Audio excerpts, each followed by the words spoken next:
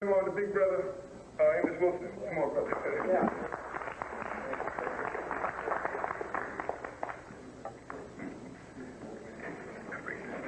Thank you very much. It's a pleasure again to have been invited to share some time with you this evening and to be able to speak with you a little bit and interact with you a bit, particularly on this Black Solidarity Day, and to talk about consciousness, culture, and power. In some sense, sort of continuing our prior discussion in terms of consciousness, which off the bat to many people may seem somewhat abstract, but it is not an abstract situation. Consciousness is not an abstraction. It is a very concrete presence in the human mind and in our lives as people. One of the things that this culture tries to do very much to African people is to make us resist abstractions or things that sound abstract. Yet, it is in terms of the abstract that people act, that people actually control their behavior and the means by which people organize their behavior. Take the word nation. Really, what is it in reality? You cannot just find it in any concrete place or circumstance, and yet you could organize whole armies and people around the concept of nation. Nation as a symbol. You can generate all types of emotional feelings. You can move people to sacrifice their lives, to give their all in terms of what is essentially an abstraction, nation. And from the abstraction nation, we get the further abstraction nationalism. And yet nationalism has been the symbolic foundation by which means people have organized themselves and overthrown their oppressors, by which means colonialism has been rolled back and people have come to achieve an identity that has permitted them to operate as one and to mutually benefit one and the other. Those who rule us, you see, would like for us not to be comfortable with things that are not immediately concrete, with things that we cannot see in a tangible form or feel with our hands or feel in a material way. They seek to make then the black consciousness a concrete consciousness, to make it just a hands-on consciousness, you see, because that is the consciousness of servants. The consciousness of masters is the consciousness that wrestles with symbols and ideas, that wrestles with mathematics and logic, and uses those symbols to control the world and to change the world and to transform the world, organize it and direct it. Therefore, the masters of this world would like to make us think that abstract thinking is their preserve and not the preserve of those who serve. And many of us as African people have fallen for that kind of distinction. Many of us have tried to define our blackness in terms of our concreteness only, and not in terms of our ability to manipulate symbols and use symbols and manipulate abstractions as means of moving our behavior. The European has sought to make us a concrete people and a people who are only connected to the immediate by disconnecting us from our history and by taking over the responsibility for our past, and therefore making us not responsible for our past or responsible for our future. You see, in order to move into the past, one has to abstract himself or herself from the present and yet to be moved by that which is not immediate, that which is not tangible, but yet in many ways is very important. When you deny then a people a past and a long past, in a sense, in effect, you begin to impair their abstract capacities and their abstract abilities, and you begin to impair their abilities to understand the present and redirect their behavior in the present in terms of the past, in terms of something that is not there in the immediate present. When you rob a people of responsibility for their future, again, rob them of having to move from the present into the future, to use their imagination, to use concepts that are placed into the distant future, and yet look at that future, deal with that future as a means of changing behavior in the present so that that future can be realized or avoided. So consequently, when African people, particularly African American people, were cut off from our past, and when we were made not responsible for our future, when the future was placed in the hands of another people, our ability to act in terms of abstraction, in terms of the not so immediate, but in terms of the future and based on the past, were impaired, and consequently many of us are caught up in the immediate present, in the immediately concrete. We have a short attention span and a short mental span. This is the kind of span for people who have been prepared to be servants, whose role in life is to carry out orders and orders only. If we then are to successfully defeat those people who rule us today, we must change the nature of our mentality to include our capacity to enter into abstractions and guide our behavior in terms of abstractions, to manipulate our consciousness and to manipulate the world in terms of the manipulation of symbols. We must lose our fear of dealing with ideas and concepts that appeared first to be intangible.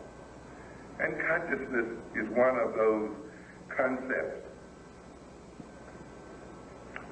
which, by the way, while on the surface it appears to be intangible and abstract, is the most concrete thing that we can deal with.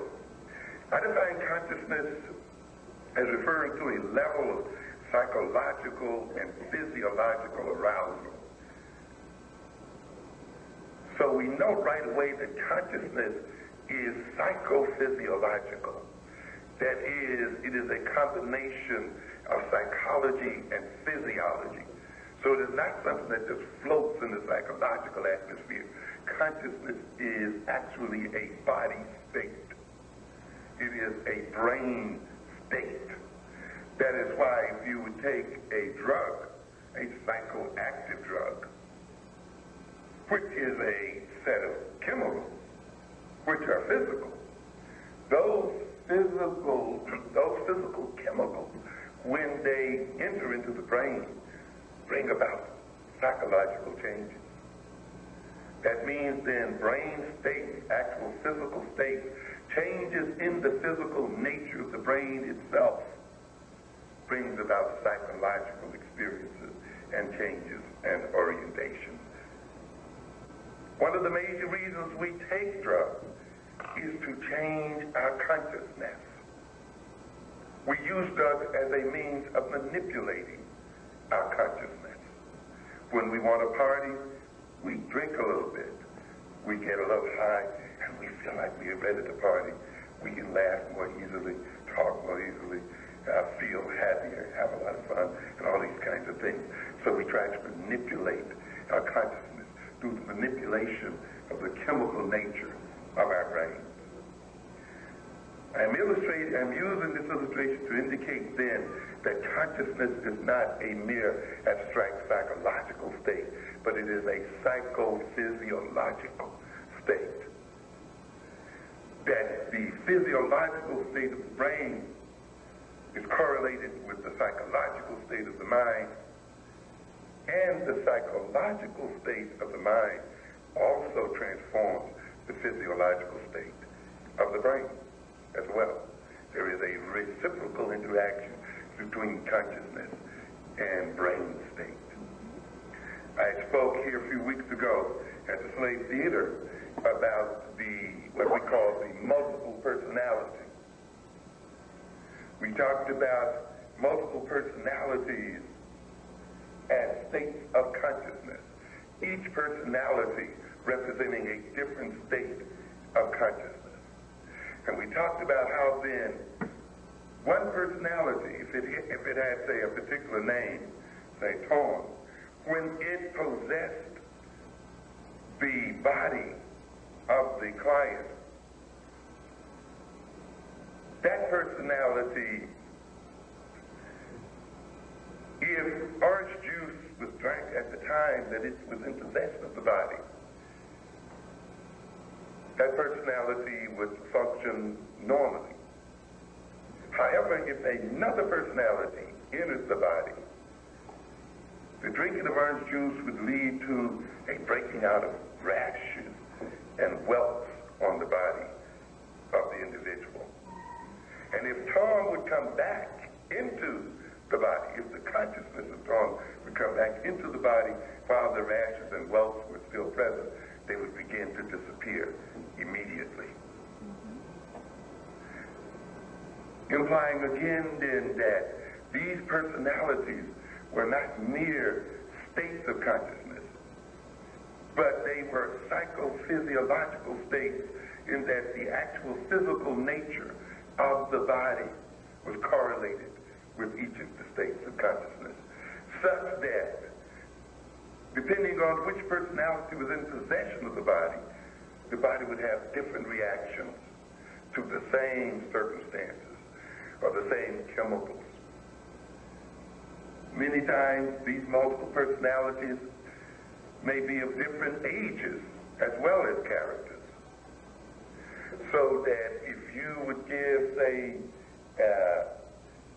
a tranquilizer of a certain amount to an adult personality, that personality might become agitated, such as when an adult may take speed or something, amphetamine. And yet, in that so-called same body, when the childish personality would enter into the body, the behavior would calm down. Behavior would be tranquilized as such.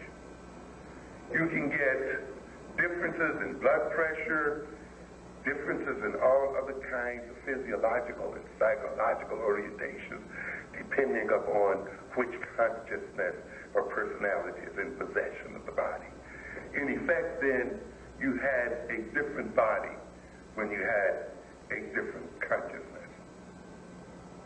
And I use that then to illustrate the concrete and abstract nature of consciousness and how the consciousness that we see as typical of us as African Americans today,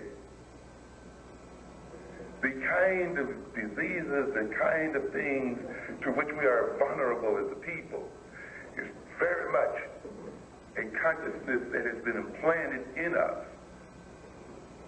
by those who have power over us, that we as African people have yet to gain true possession of our bodies and of our minds. That the bodies we call our own today and the consciousness which possess the bodies that we call our own today are truly not our own, but are the bodies and minds and mentalities created by those who rule over us and create the consciousness that inhabits our bodies as a people. And we have to recognize then what is going on. We have to recognize then consciousness is not a game, and consciousness is not an abstract concept. Consciousness is a real state by which people's bodies and minds are manipulated. And therefore, if we are not the creators of our own consciousness as African people, and if consciousness is the means by which behavior is controlled and directed, and if consciousness is in essence the determinant of the nature of our bodies, then someone else who's creating our consciousness is also creating our bodies and creating our minds and our behavior. And I can argue at this point that we are not yet a self-creating people. This is what you mean when you talk about self-determination. So we refer to consciousness then as a level of psychological and physiological arousal, which facilitates the individual's awareness of his internal and external environment. In other words, to be conscious is to be conscious of. And consciousness means that we are conscious of our internal state. We are conscious of the fact that we are conscious. And we are conscious as well of our external environment. And the consciousness of our internal state and our external environment enables us, if we're in control of ourselves, to intentionally initiate and regulate our cognitive, that is our thinking behavior, and our behavioral activities towards achievement of desired goals.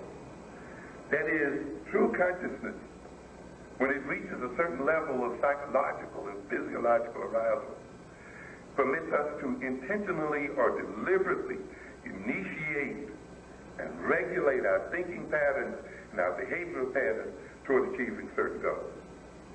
Each level of consciousness makes possible and impossible certain types of forms of behavior in the achievement of some goals and not other goals. In other words, then, consciousness is a limiting case. It can extend our capacities to do things. At the same time, it limits our capacities. And we talked about it the last time, how sleep as a state of consciousness can permit us to restore our bodies, can permit us to dream, to consolidate the experiences we have undergone during the day. Wakefulness can permit us to do very active things, to coordinate our physical being, to achieve certain goals that we cannot achieve when we are asleep. Even within sleep, there are several stages of consciousness. We talk about dream consciousness, for instance. We talk about REM sleep, non-REM sleep, stage 1, stage 2, stage 3, stage 4 sleep. We talk about various levels of consciousness in terms of brain wave activities, theta wave activity, beta wave, alpha wave activities, and other wave activities, and how those states of consciousness is represented by brain wave activities, by levels of sleep, are correlated with the capacity of the individual to achieve certain ends. The same thing is true then in terms of waking consciousness. There are many different levels of consciousness there. Each one of those levels can permit us to achieve certain things, but limit our capacity to achieve other things. So again, consciousness is the central instrument for solving our problems and confronting the world. We have to keep that in mind when we talk about this concept. The nature of consciousness is emotional, intellectual, and social character is influenced to a marked degree by the social relations and experiences to which it has been exposed during its most impressionable developmental period. What are we saying here then? Consciousness, to a great extent, is socially manufactured. Now keep this in mind. If we're saying consciousness determines the state of our mind, determines the state of our body, if consciousness facilitates our behavior and at the same time inhibits our behavior, depending upon the state of consciousness we're in. If it is used to guide our behavior, then it becomes very important as to where that consciousness comes from and how it is originated. And we must keep in mind then that consciousness is not something that just is unique to us as an individual person, but it actually is generated by the kind of social experiences that we have had. In other words, those people who have had control and influence in our lives in such a way that they have influenced the kinds of social interactions we've had, the kind of social conditions under which we've lived, the kind of educational experiences and socialization experiences we've undergone. Those people who have that kind of influence, to a great extent, have been those who've shaped our consciousness. That is why, again, we talk about African-centered education. Because we recognize that the type of education and the type of socialization which people undergo will to a great degree determine the type of consciousness they come to exhibit. And if we have the consciousness which will advance the interests of African people, we must undergo an African-centered experience. We must undergo African-centered social interaction. We must organize our environment in such a way that it produces an African-centered way of thinking. One of the other things I want to mention here then is not only individual consciousness, but we have what you might call group consciousness. If the sets of information, and information is a major part of consciousness, modes of information processing, we talked about that the last time we were here, that it is not enough just to have information, but we must possess the means of processing that information, subjecting the information we have to thought, to logic, to reasoning, to analysis, to abstraction, to conceptualization, to mobility. That is, we must move the information that we have about and coordinate that information in certain directions. It is not then the mere information that we have available to us that is important, but it is the means by which we process that information that is of equal importance. And we talked in our last lecture about how whites seek to falsify black consciousness by falsifying the information that's contained in our consciousness.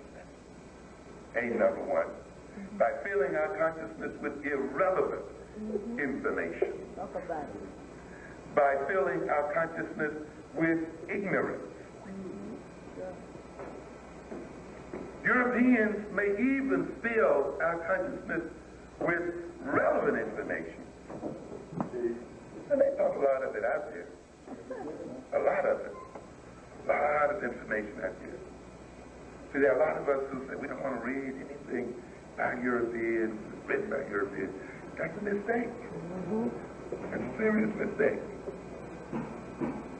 As I used to tell my class, as I opened up the general psychology classes and other classes, every means, and as I got them to look at that textbook, I said, every means by which we are manipulated and controlled is contained right in this book. This white man has written it out for you, right here. Yes, all the time. I'm amazed at the amount of information these people lay out. But as I said, they have no fear of laying out the information because, see, they have come to understand the old adage. If you want to hide something from a Negro, what do? Put it in writing. Put it in writing. Yes. Because he gets sleepy when he reads. He gets headaches. He hates to use the dictionary. He hasn't developed his vocabulary. You know? Bored quickly by reading. Yes. Or he's interested in nothing that is rich. Or he's interested only in very narrowly focused knowledge. Knowledge that prepares him to be a servant only. Or prepares him to close his mind to reality. And therefore the white man enjoys freedom of the press. He can write blatantly and boldly in terms of the means by which he controls Negroes. He can project how he will control them. He discusses day in and day out the means by which Negroes will be manipulated without having any fear that he will be read by Negroes.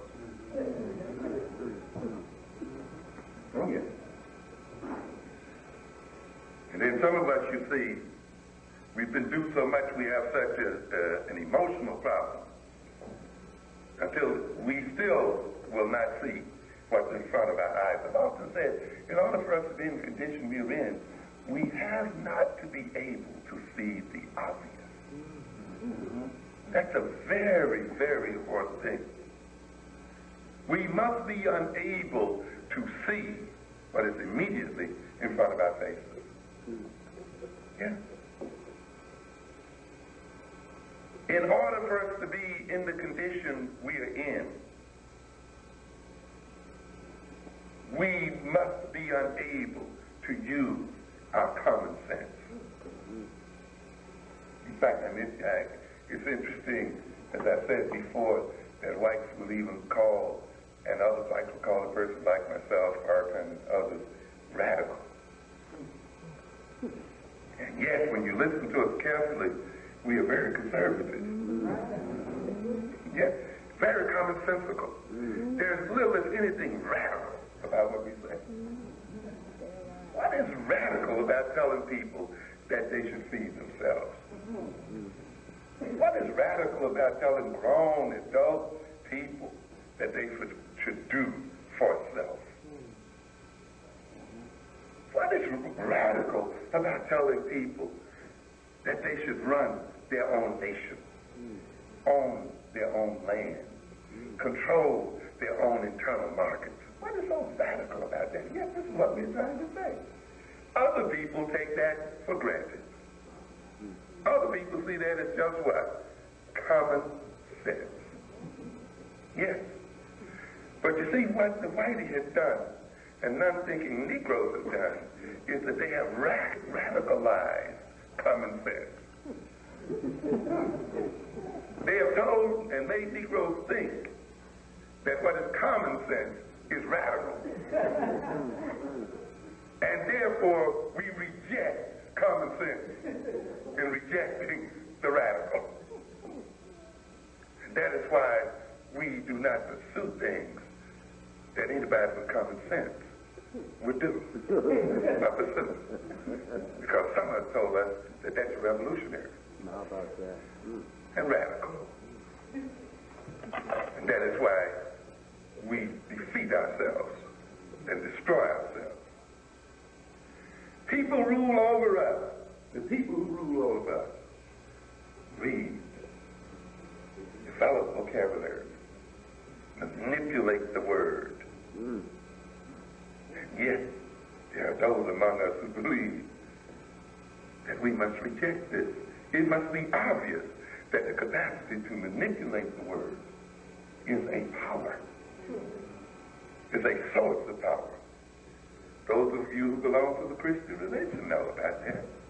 First there was the Word, and the Word was God, and the Word was with God. And that God creates the world through what? Words and symbols. And first comes the symbol. First comes the concept as symbol. Then follows concrete reality. And this is the way man operates.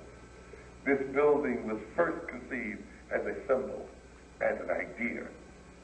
It was first conceived in terms of a lot of words moving back and forth. A lot of words being written.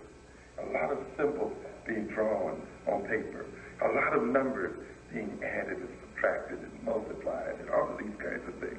A lot of abstract back and forth like money, greenback, the symbols of wealth.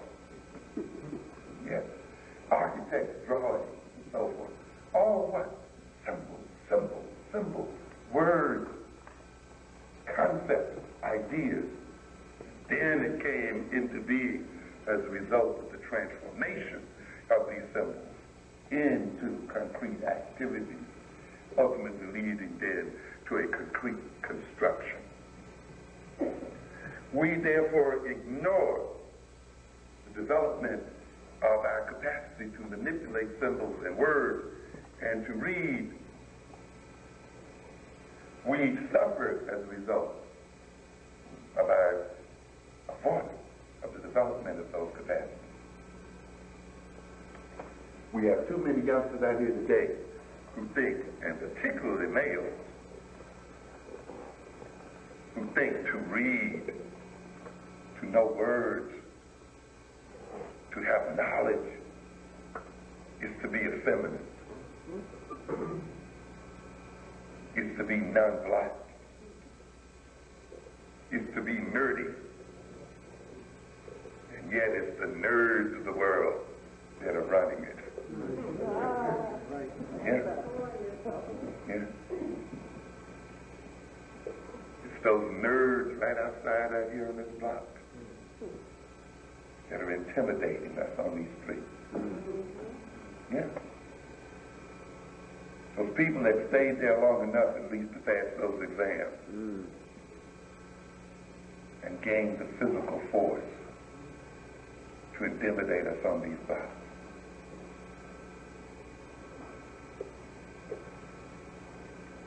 So group consciousness,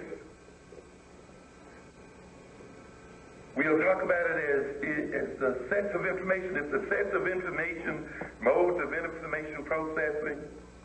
And we said again that whites seek to falsify black behavior, not only in terms of falsifying the information of which we operate, that's contained in our consciousness. They seek to impair the mode of information processing, the means by which we process the information that we have available to us. And we indicated too then that they sought to manipulate the values, and we're going to come back, that give consciousness direction. If the sets of information, modes of information processing, values and skills which define and direct an individual's consciousness are shared by or compatible with those of other individuals who mutually consider themselves to be the members of a distinct group, then it may be inferred that he, that individual, and the members of the group have generated and shared a group consciousness. In other words, the degree to which the sets of information and the way we process information and the values and the skills we have available to us are shared by others who belong to the same group we do, then, or to the degree that their skills and modes of processing information and information that they have available to them is compatible with our individual consciousness, then the group to which we belong shares then what we call a group consciousness. To the degree that such a group has been formed as the result of the fact that its members share a shared or common history, a shared or common ancestry or ethnicity, has been socialized according to the same or similar social practices as prescribed by the same or similar institutions, and has been trained and motivated to act and interact in ways which maintain and advances the interests of the group, it can be inferred that they participate in sharing a culture or a cultural consciousness. What are we saying here then? People come to share a group consciousness or a cultural consciousness. Now we're moving beyond the individual consciousness into a group consciousness. And how then do individuals come to share a group consciousness or a cultural consciousness? by sharing a common social history. We are here this evening as black folk, as African folk, because we share a common history as African folk and black folk. This is a part of our consciousness as a people. We share a common ancestry, our African ancestry. We have been socialized, unfortunately not by African institutions and people, but the same, we have been socialized according to some social practices, according and by means of some institutions, these Eurocentric schools and these other institutions. And we have been trained and motivated to act and interact in ways, unfortunately, not to maintain our African self, but to maintain the well-being of Europeans. Yet we still share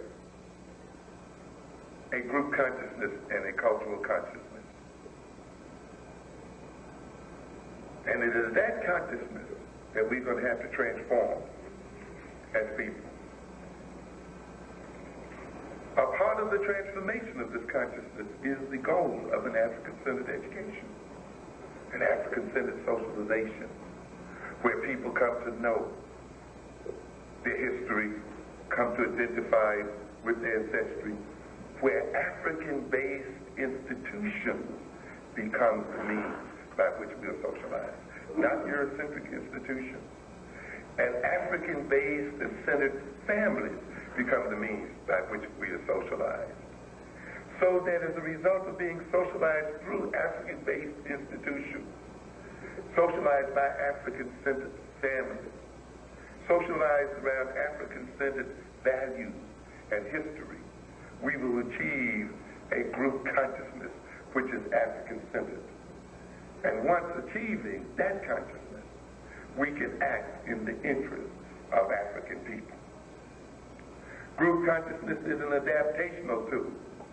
Its operational presence facilitates the ability of otherwise exclusively self-interested individuals to cooperatively coordinate and organize their activities toward the achievement of the goals they find mutually desirable. What we say here then, consciousness is a tool. It is a means by which we adapt to our environment and adapt our environment to ourselves. But more than that, group consciousness allows us to get people who would ordinarily be merely interested in themselves as individuals to cooperate one with the other, to coordinate their behavior and to organize that behavior in cooperative ways, to achieve an end that moves beyond them as individuals, to achieve ends that are good for the group, achieve an end that they, as members of the group, find mutually to their benefit. Because we must recognize ultimately that the group is an extension of the individual. That the individual uses the group and is used by the group because the group can attain things that the individual by himself or herself cannot attain or achieve. 99% of the things that we probably are involved with today have been as a result of group activities. Whether it's the clothes we wear, the cars we drive, the food we eat, the transportation we use, you name it, one thing after the other. These things are the result of coordinated human behavior, of groups deciding, and individuals in groups deciding to coordinate their behavior, to synchronize their behavior, so that those things could be produced for the enjoyment of the group as a whole and for the enjoyment of individuals as a whole. Think of how much trouble we would have if we tried to produce everything in the individual that we enjoy and that we use. As a matter of fact, many of the things we enjoy and use would be impossible for us to achieve as an individual. That is why ultimately then we share a group consciousness because many of the individual things we desire can only be achieved through group activity. So in a sense, the individual is born for the group, and the group for the individual. One of the ways that the European seeks to disempower African people is to make each one of us think that we can exist as an island unto ourselves. That we are individuals, each doing his own thing. This is the reason why many of the achievements that other people have made through coalescing into a group have been made unavailable to us because we've been too busy being individuals.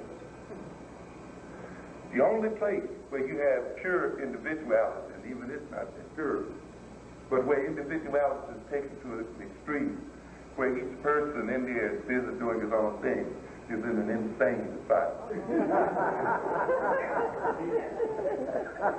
Where there's so much into being each one doing his own thing until they have to be controlled by outsiders. Which is pretty much our situation today. Because as I've told you many times before, in order for us to be in the condition we are in as African people, we have to be what? Out of our mind. We literally have to be crazy. Yes. Into a deceptive state of consciousness, which does not permit us to operate as a group and to coordinate our behavior as a group, and puts us at odds one with the other, and therefore making group achieved ends impossible. This is what group consciousness is about. This is what culture is about. Culture, too, is a tool, and you don't find any group that has undergone a shared history, shared experiences, and that shares a particular environment over time that does not develop a culture. Because culture is the means by which a group gains control over itself and over its members, and controls the behavior and consciousness of its members as a means of achieving a particular end, as a means of confronting the problems that are common to the group, as a means of manipulating nature and using nature to advance its own ends.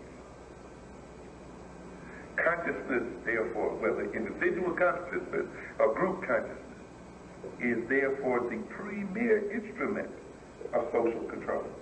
In other words, consciousness is the means by which we control ourselves, our behavior. As individuals, and group consciousness and cultural consciousness is the means by which we control ourselves as members of groups. To a good extent, culture is the outward and visible and productive expression of a group's inner consciousness. In other words, we pretty much can look at the culture of the people and get a pretty good idea of the organization of their group consciousness and of their individual consciousness, of the content of their consciousness, of the informational processing abilities of their consciousness, and the values which direct their consciousness. And we have to keep this kind of thing in mind because culture itself is our most practical tool as a group for dealing with the world. One of the things I want to speak to for a bit tonight, because consciousness and culture is so many-sided and multifaceted, is to speak to consciousness as ideology. Consciousness as a set of beliefs. When we talk about the contents of consciousness, we're not only talking about what we view as the facts, the knowledge that we have as such in our consciousness, in our mind, in our brain, that are available to us for use. We also must recognize that the contents of consciousness include our beliefs, the myths that we have in our minds, our beliefs about ourselves and about the world. This is a very, very important part of consciousness because we act on our beliefs, whether those beliefs are based in fact or not.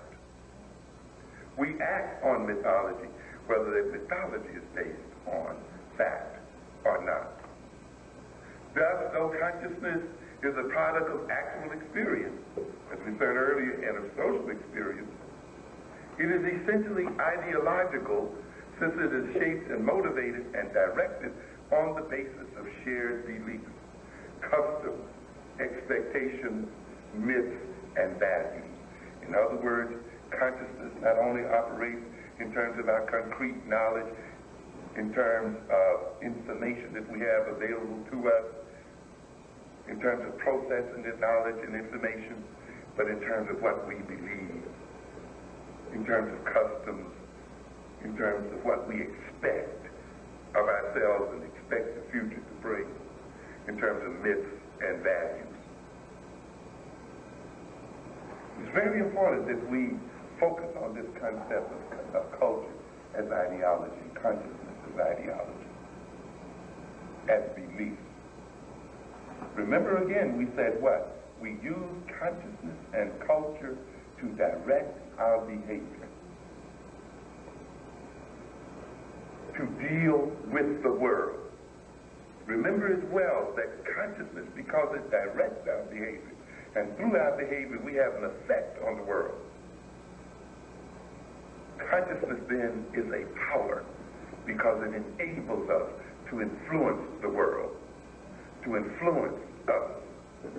It enables us to determine how the world is going to influence us and to determine the effect that others will have on us. Therefore, consciousness is a power. It is a means and an instrument by which we manipulate the world. We manipulate the outer world and others in that world, as well as we manipulate our inner world and ourselves. It's important that we keep in mind. And yet, that consciousness that's doing all these things is based on, to a good extent, our beliefs, our ideas, our myths. It's very important that we keep that in mind, because we have to ask the question, what are the sources of our beliefs, of the myths that we use to create our consciousness? One of the sources are our expectations and our values. Are they the sources from African history? Are they beliefs developed based on reality? Or are they beliefs based on racist ideologies, racist propaganda, having been exposed to racist institutions, racist living conditions, and other conditions? Since culture is to a great extent ideological, and consciousness is ideological, and since culture and consciousness are powers, this implies then that those who control our consciousness and those who control our culture use the power of our consciousness and culture to advance their own ends. This is why we call Eurocentric culture a vampiristic culture, a culture of vampires, one that sucks the blood, that uses the power of potential African consciousness and potential African culture as a means for furthering its own ends. In other words, ladies and gentlemen, it is this artificially created set of beliefs which involves this artificially created consciousness and culture that we call black consciousness and black culture, which provides the power for European domination. As I've said time and time again, the European cannot be what he is unless what? We are what we are. While we emphasize the degree to which we are the Frankenstein people of Europeans, we must also recognize that we created these people as well. And we continue to create them and sustain them to the degree that we let them create our culture and create our consciousness as a people. If culture then is ideological in its fundamental sense, it means, as was argued by Wartburg in his book, The Forms of Power, which I advise people to read, never mind that the man is a Jew. The Forms of Power, Thomas Wartburg, because as I told you earlier, these people lay out in that text exactly how they control it and manipulate it. They lay out the prescription by means of which we can be controlled as absolute people. There's a book that I recommend, a book written again, I guess, by a Jewish person who's done business, by the name of Shapiro, called The Neurotic Personality, I believe. Maybe called another name. And I recommend it when students come to me for mentoring, one of the first books I recommend. Because it talks about neurotic style. That's what it's called, neurotic style, not neurotic, by Shapiro. Classic book, because it defines the cognitive, the thinking style of different neurotic orientations. You know, and it's a classic in that sense. Tells how to obsessive compulsive people think and see the world. How do paranoid people think and deal with the world? What's their style of thought? There's a style that's called the hysterical personality. And this is not a personality necessarily that's a hilarious personality, but it's a personality that is highly impressionable, highly influenceable, if we could say that word. It's a personality often that converts its psychological problems into physical problems and into physical handicaps and into psychosomatic disorders. It is generally a highly emotional personality, defined more by its emotionality than by its intellectuality. It's defined more in terms of its fuzziness, of its willingness to be approximate rather than exact. Reminds you of somebody? Of its responsivity to superficial impressions rather than looking beyond the surface. It is a personality that has a messianic complex that guides it, that some kind of Moses, some kind of Jesus, or some kind of knight in white armor, whatever you call it, is going to come and rescue it from its situation.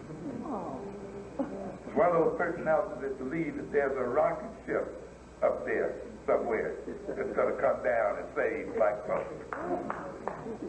Oh, yes. Yeah. All the ships and auto ships and all other kind of ships. Is that personality that even said Jesus is black? Maybe. That gives me a problem. Jesus is black, and we catch the hell we'll catch it. I wonder what kind of black man he is. Acts more like a white man to me. But that's another story. But there's that hysterical personality, and he goes on and he describes his personality in great detail. But the thing that he says at the center of that personality is that this is a personality that is based on no sense of history, of long history and of enduring history. You see what I'm saying? That a hallmark of this hysterical personality, this emotionally laid out personality, this personality that reacts to superficiality, this personality that is focused on the immediate, in the immediate present, this personality that lives in wishful thinking, is that it is characterized by the fact that it is not based on a long and enduring history and sense of history, and that it is not guided by a long and abiding sense of the future and where it wants to go. That means then that this kind of personality finds little reason to resist immediate distractions. Because, in a sense, if it is not guided by deep and abiding expectations and purposes, it has no reason not to enjoy the immediate. It has no reason not to be distracted by the immediate. It is a personality where impulses are immediately acted upon without thinking. But you can see, if you have no long-term goals, if you have no deeply held values that you want to realize in the distant future, there is no reason to resist immediate emotion or immediate impulses. There's no reason to hold back and suppress those impulses in the interest of achieving future goals. If you don't have future goals, why hold back? But if you have deep future goals, then you bring judgment to apply. And you say, should I indulge this impulse? Should I indulge this desire? Because if indulging it would mean that I will be diverted from a very valuable goal, I'll be unable to reach a deeply held goal that rests in the future, then I must resist this emotion. I must transform its energy in such a way that it can lead to my achieving the goal that I have in mind. The college student who is tempted, or the high school student, or any student who's tempted by the party, who's tempted to hide out, or to hang out, must look at that temptation and look at it and measure it against long-term goals, long-term wishes and purposes, and see in what way it either contributes or destroys his effort to achieve those goals. And once making that judgment, applies this capacity to repress the impulse and to sit at the desk, to sit at the book, and to continue to read and to study and to continue to develop those skills and other means necessary to achieve long-term goals. Now, when Shapiro talks about that, you can read this as a characteristic of the hysterical person, of this neurotic style, or you can read it as a prescription for creating hysterical people. You see? In other words, you can say, if you are a master and you wish to create a people who are concerned only with the immediate, who are easily distractible, who have problems concentrating, who have poor memory, who respond to the colorful, who do not see beyond the surface, who have problems of controlling their impulses, who are subject to all kinds of addictions and so forth. I tell you what you do. Number one, you rob them of any sense of enduring what? History. And a sense of continuity and a sense of connectedness with the past. You do that first. And then you rob them of a set of values to which they're highly committed, a set of purposes to which they intend to fulfill.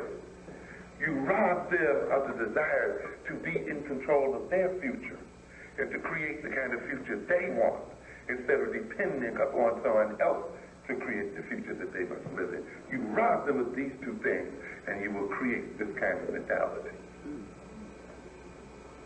When you read the psychology texts, you can read them then in terms of the symptoms of people who have problems. Or you can read them in terms of how you create people so that they can what? Have problems.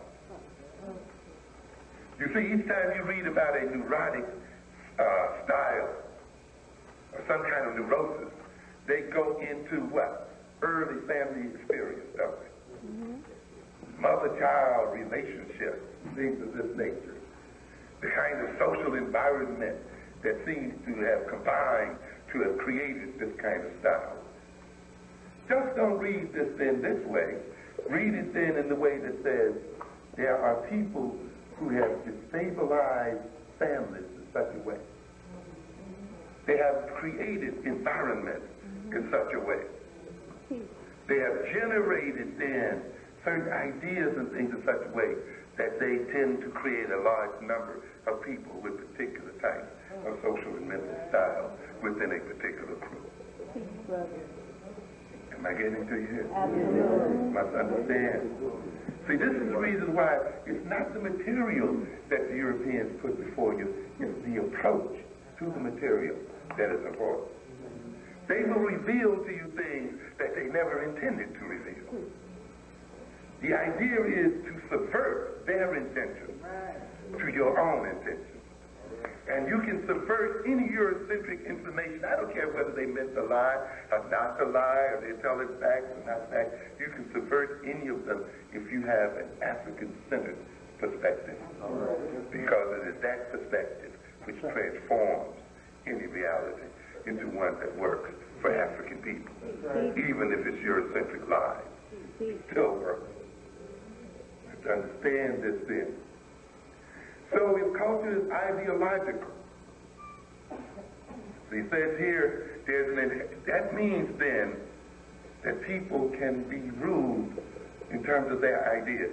As Weisberg goes on to say, and also another book you can read in this regard, Nietzsche, The Genealogy of Morals, there is an inherent tendency for the dominant to secure their position of dominance by developing misunderstandings among the dominated concerning reality and what is happening to them.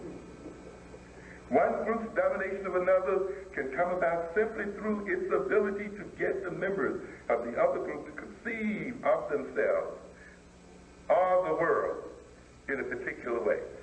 In other words, if consciousness and culture are ideological, then we can grab control of other people's consciousness and of their culture through manipulating their beliefs and manipulating their ideas. In some, it is possible for one group to dominate another group simply by the means of ideas, by getting that group to think about themselves and the world in a manner that allows them to be subjugated. In other words, ladies and gentlemen, if we are a subjugated people, we in part have cooperated with our subjugation. Particularly when we have not examined the ideas upon which we operate. We have not reassessed and maybe even exercised from our minds and our bodies ideas that we use to guide our behavior. If the ideas that are at center of our consciousness and of our culture are our ideals placed there by Europeans, then it is through these ideas that the Europeans dominate us. And it is through these ideas that we mistakenly call our own, that we collude in our subjugation. I want to emphasize that, even though it may appear unfair to some people, and it may appear that I'm placing a lot of the blame on us, and to a degree I am, because if we are to change these circumstances, it is going to be through our transformation as people that they're changed. We cannot depend upon the change of other people. And we must look then at the degree to which we are a part of our own problem. And how then, by changing the part over which we can gain control, we can change the nature of the problem and perhaps even resolve it. A similar idea can be stated in reference to values. Valuation is a means by which a social group can use to gain. Is a means that a social group can use to gain power over another group, even when that latter group seems to be in a position to dominate the former. In other words, the values that we use can be the tools of another group by means of which that other group has gained control over us, even when we are in a position to overthrow that other group. This situation that we have right out here on this street is a situation that we can come to dominate. We do not have to be dominated out here economically the way we are being dominated. As I will demonstrate later on, we are being dominated mainly through the ideas that we've permitted to inhabit our consciousness as a people. Not by those cops on the block per se, not by those alien vendors in the shops, but by the very values we have inculcated in ourselves as people, or we've permitted other people to inculcate in us. One group of human beings can use the minds of a group of other human beings as the chains of their own servitude. But I tell you that in order for us to be in the condition we are in as African people, we would have to be in a state of deception.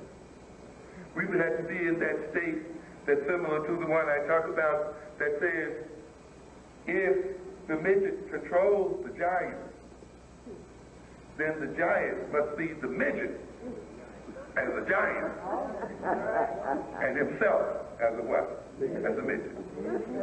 Black people are in the condition we are in today because our consciousness has been reversed. And because the values we pursue reverse our consciousness and our culture. We are then enchained by the ideas that we call our own. And we are enchained by our own mind more than we are enchained by Europeans. Because people's beliefs have a constitutive effect on what they do and allowed to be done, domination can be constituted within the realm of belief alone. Because, in a sense, what we are, and we are what we are to a significant extent because of what we believe. That's what we mean when we say constituted. We then can be dominated by our beliefs alone. If we do things based on our beliefs, and we allow things to be done based on our beliefs, then domination, which determines what we do and what we allow to be done, can be achieved over us based on beliefs alone. Beliefs and values. Now let's get more to the concrete aspect of what I talked about here. To a good extent, the situation where we find black vendors on the streets of the main commercial areas of their community is a result of an ideology, of an economic ideology that we have. I said before that we should, as an African people, think of ourselves in terms of a nation. We should use the nation as the unit of analysis, not our individual selves, not even our families, but ourselves as a nation. We should see ourselves in America as a nation within a nation. And it's very important that we do that because it will permit us to understand problems in ways that we could never understand them if we looked at ourselves as individuals or merely as members of families. And of course, this is what the other people like to lay on us. They love to talk about us in terms of individuals and family background, but not in terms of an African nation in America. There are good reasons for that. You can see many things if you use the nation concept that you cannot see from the individual point of view. You can also see solutions to problems that you cannot arrive at if you look at them in individualistic and familialistic terms. One of the things that we recognize, we see ourselves as an African nation. It's like any other nation, we have a general economic ideology, a set of beliefs about economics that's part of our problem. What is that ideology? It is the ideology of the free market. You know, people talk about that all the time, right? Free markets, open markets. We are the only nation in America, and I refer to other nations, the white nation, the Korean nation, the Arab nation, the Hispanic nation. We're the only nation on this continent, and really in the world, that actually believes sincerely in free markets and open markets. Oh yeah, you heard whites talk about open markets and free markets. They talk about it, but they don't believe it. They use that to manipulate the behavior of other people. The United States of America maintained a closed economic market from its inception until 1915, until the very First World War. It protected that market against the free entry of all other nations, including Mother Britain. It did not even permit the English, who to a great extent, along with other Europeans, financed its development. That is, while it used the merchants of Amsterdam and the merchants of France, the merchants of Europe and England to finance its economic growth, it did not permit them a free ride and free trade within the American market. It protected those markets. It heavily taxed any outside nation that sought to trade with it as a means of protecting its own developing industries, so that its own industries could develop without the competition of mature industries based in other nations and places. It did. England itself did not even have a free market. It destroyed the armada of Spain, of Portugal, and of France to keep them from competing with itself. And yet you claim free market is some American idea or European idea. You're going to find, ladies and gentlemen, that one of the things capitalists like least is competition. They talk about it, but they try like hell to do what? Destroy it. That's right. The whole idea of the major capitalist is not to maintain competition, but to what? Destroy it and remove it. And yet they'll talk about free competition, free and open competition. And the very ones talking about it are creating monopoly, cartel, corners to destroy competition. The major thing a capitalist wants is an organized market and a predictable market. And we don't have time to go into this. Is a fascinating history. When you read, say, the robber barons, or you read the early history of J.P. Morgan, of Carnegie, read those histories. These are people, by the way, that Booker Washington was very familiar with. Carnegie, he knew personally. Carnegie even financed some of his stuff. Of John D. Rockefeller. I think in part, you see, when we read the history of our people, we should also read the context of the general American history in which they existed. I believe to a degree it was due to the fact that Booker T. Washington was in direct contact with people like Andrew Carnegie, with the Morgans, or with these major capitalists, that he recognized that power rested in the economic control of production. In what? The ownership of property.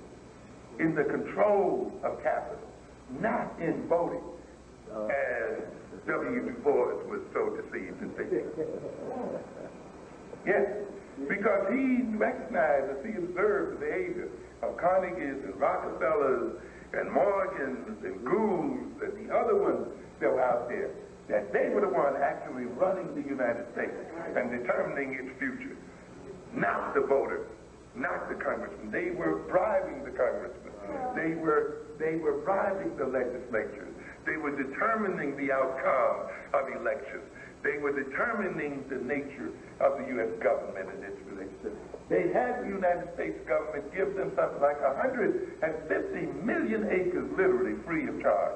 And they used the taxes of the people to finance their own development and for their own private benefit. And so it didn't matter how the people voted. It didn't matter that they voted in the Congress, that they voted in the Senate, that they voted in the president. In the end, these people essentially were the water boys of those who own the means of production and own property in the world. And ultimately, it is those who own property who will control the lives of the populace, no matter how much they vote. And I think Booker Washington, interacting with these men to a greater degree than W.E. Du Bois, was able to understand that the foundation of power in America was the ownership of property, and the ownership of means of production, and the ownership of real skills, you see, and the ownership of human capital and resources, and the excluding of certain other groups from the ownership of that property, and the ownership of certain skills and resources. This is the basis of power. Because power is never equally shared in any society. Power is unequally shared. And those who have the most of it are those who are in control of the major resources of the society, not those who merely have a vote in their hands. You see? And yet we have that kind of game going on out here today. These jokers you're voting for have already been bought by the capital. Yes. Yes. And I'll tell you later, even when you vote them in to office, their legislation, their governance will be dictated by the structure of finance capital and the corporate system. Yes. You see how afraid they are to raise taxes? You see how everybody is running to lower taxes? Even though they're charging what? Hospitals, schools, destroying people's jobs, and the country is regressing in terms of its infrastructure and so forth. And yet, people, almost everyone who's running for office is saying what? Lower taxes. We're going to cut taxes. Then by what means do you finance important social institutions if the people do not finance them through their tax dollars and so forth? Well, it appears that a decision has been made, hasn't it?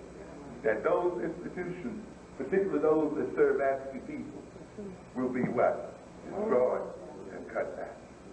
Why? Because black people are going out there to vote tomorrow? No.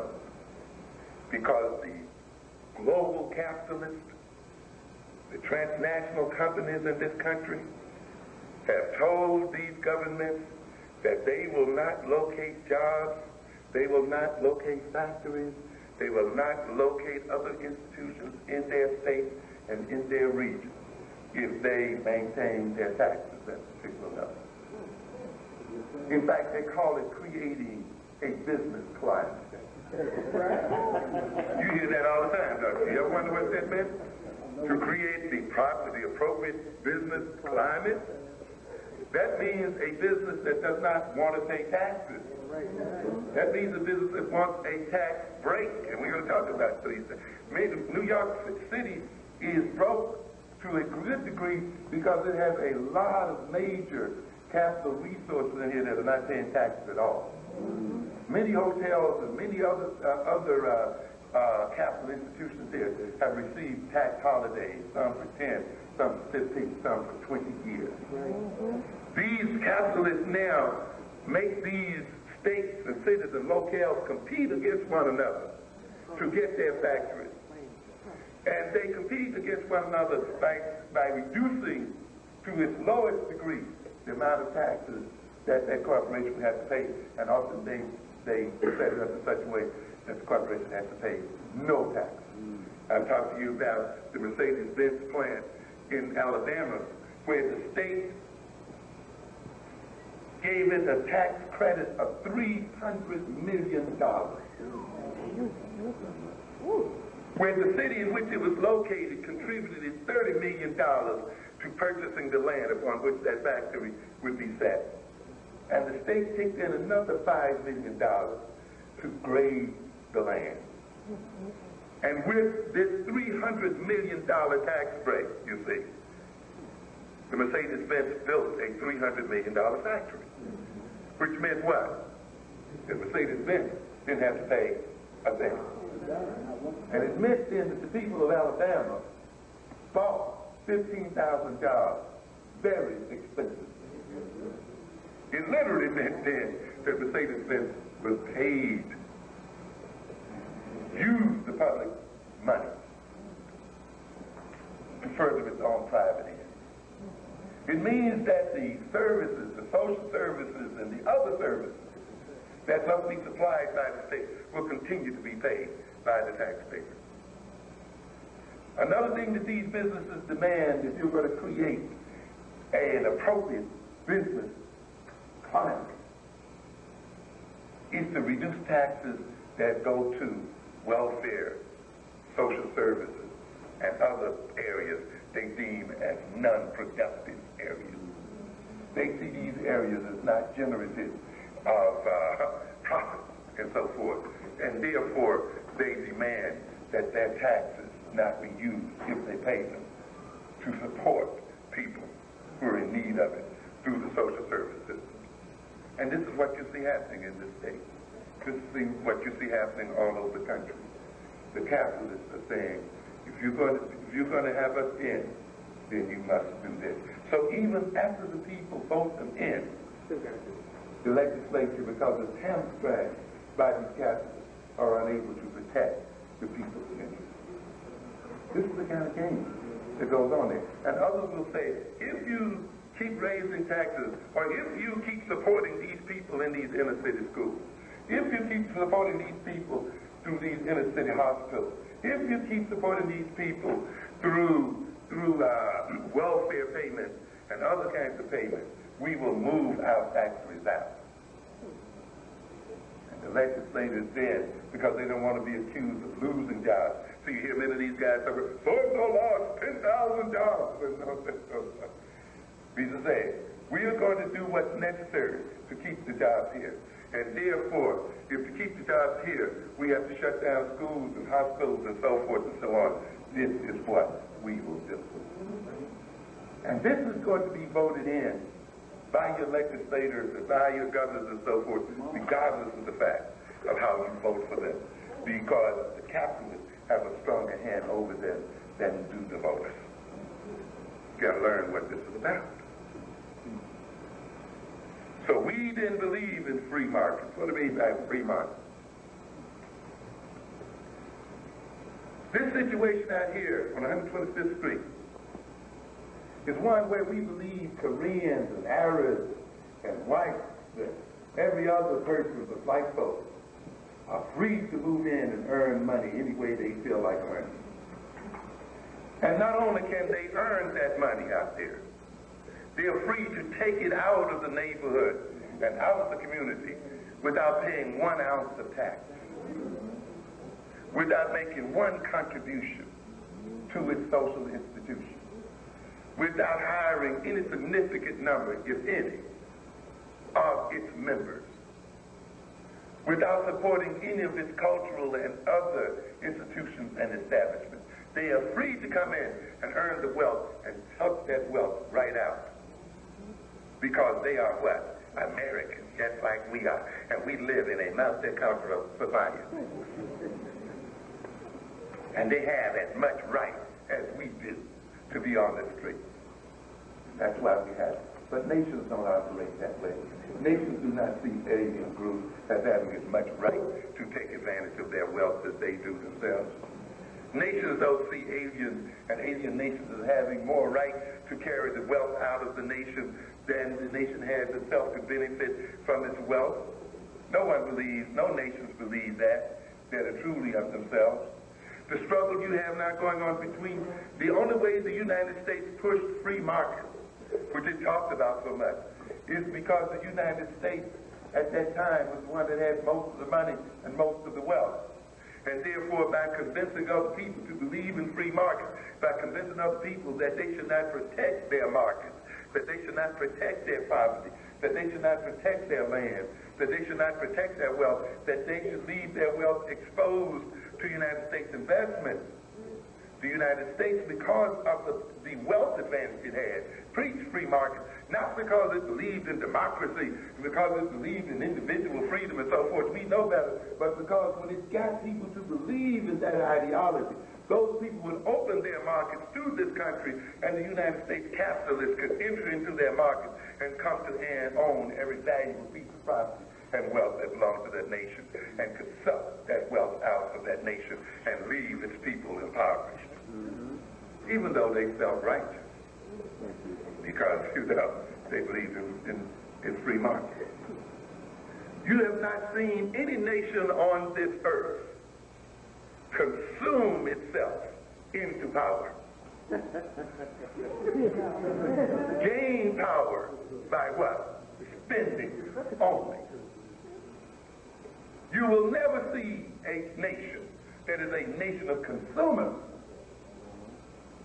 ever be a free nation and a powerful nation in this world. You will only see nations who made it in this world economically, that are nations that are what? Productive, and have control over the means of production, which means property, resources, both human and non-human resources, and materials. There is no way you're going to exercise real power in this nation and in this world if you believe that your wealth and possibilities can be freely given without any kind of stipulation to any other group of people. I don't care how righteous it sounds, it's not going to happen. And yet we have that kind of ideology out here. And that is the reason we suffer the way we do. We have the ideology of individualism. Each of us doing his own thing. Yes, the building of these stores, the occupying of these stores by other groups is done by a coordinated system of activity. It's done on the basis of institutions and group behavior, not just mere individuals pursuing their own self-interest, but of individuals who coalesce and combine their resources so that this could happen. We are in the condition we are in, and the situation is the way it is out there, because our consciousness is a reactionary consciousness. It is more concerned with defending our injured ego than with advancing our interests. It is a consumerist consciousness that is absorbed by consumption and buying and eating more than it is with producing. It sees the end of life as continuous consumption. It sees the very meaning of life as contained in consuming and buying, not in owning and controlling. We don't care who sells us just as long as we can buy. Just as long as you get out of the way and let me get to the white man and give him my money. We're only concerned with how we can consume, not how we can produce. And because we have that as our central concern, we are under the control of other people. Our values are values such that we value being smiled at by Koreans more than owning the businesses that they have and feeding our children through their profits. We value their superficial friendship more than we value transferring the wealth that we have in our pockets to our children and creating jobs for ourselves and for our families. We value being accepted by whites, which we'll never get, more than we value self-acceptance. We value jobs and working for white folks and value being identified and gaining our status based on the white plantation we work on than the one we own and control ourselves.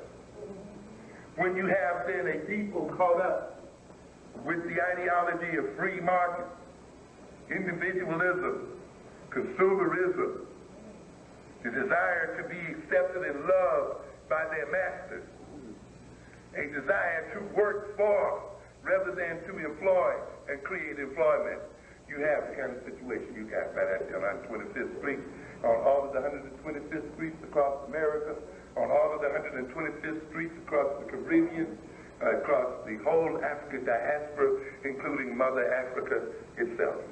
If you go to Kenya, you'll see the African vendors on the outside, on the sidewalk, and the East Indians and Arabs on the inside, in the shops. If you go to Ivory Coast, you'll see the French people in the boutiques and on the inside, and the Africans where? On the outside.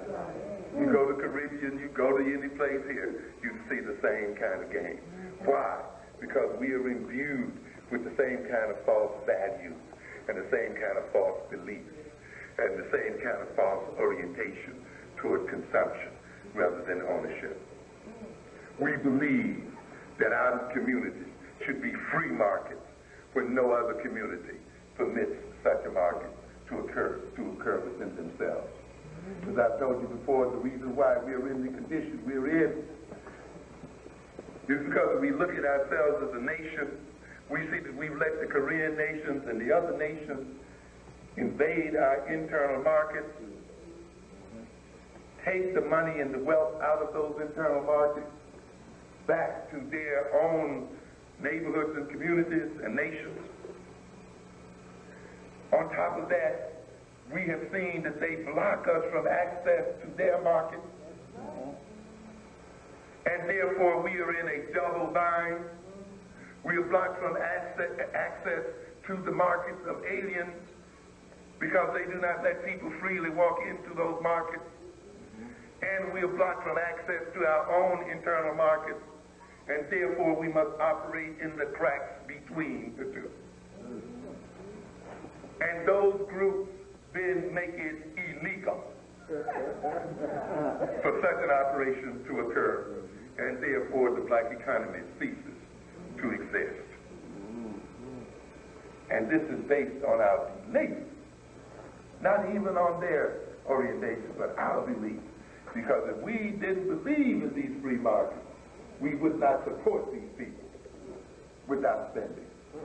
And they are only here because we spend money with them here, and we keep them here. And we spend money with them because we have false ideologies and false beliefs as a people. We have then to examine ourselves. Let's look more closely at what is going on. And this is the peril. And this is the peril of so-called third world nations and African nations who have been inculcated with Eurocentric values, values that they think are righteous, values that they think are good. They fail to ask good for whom and good for what. They are just told they are good.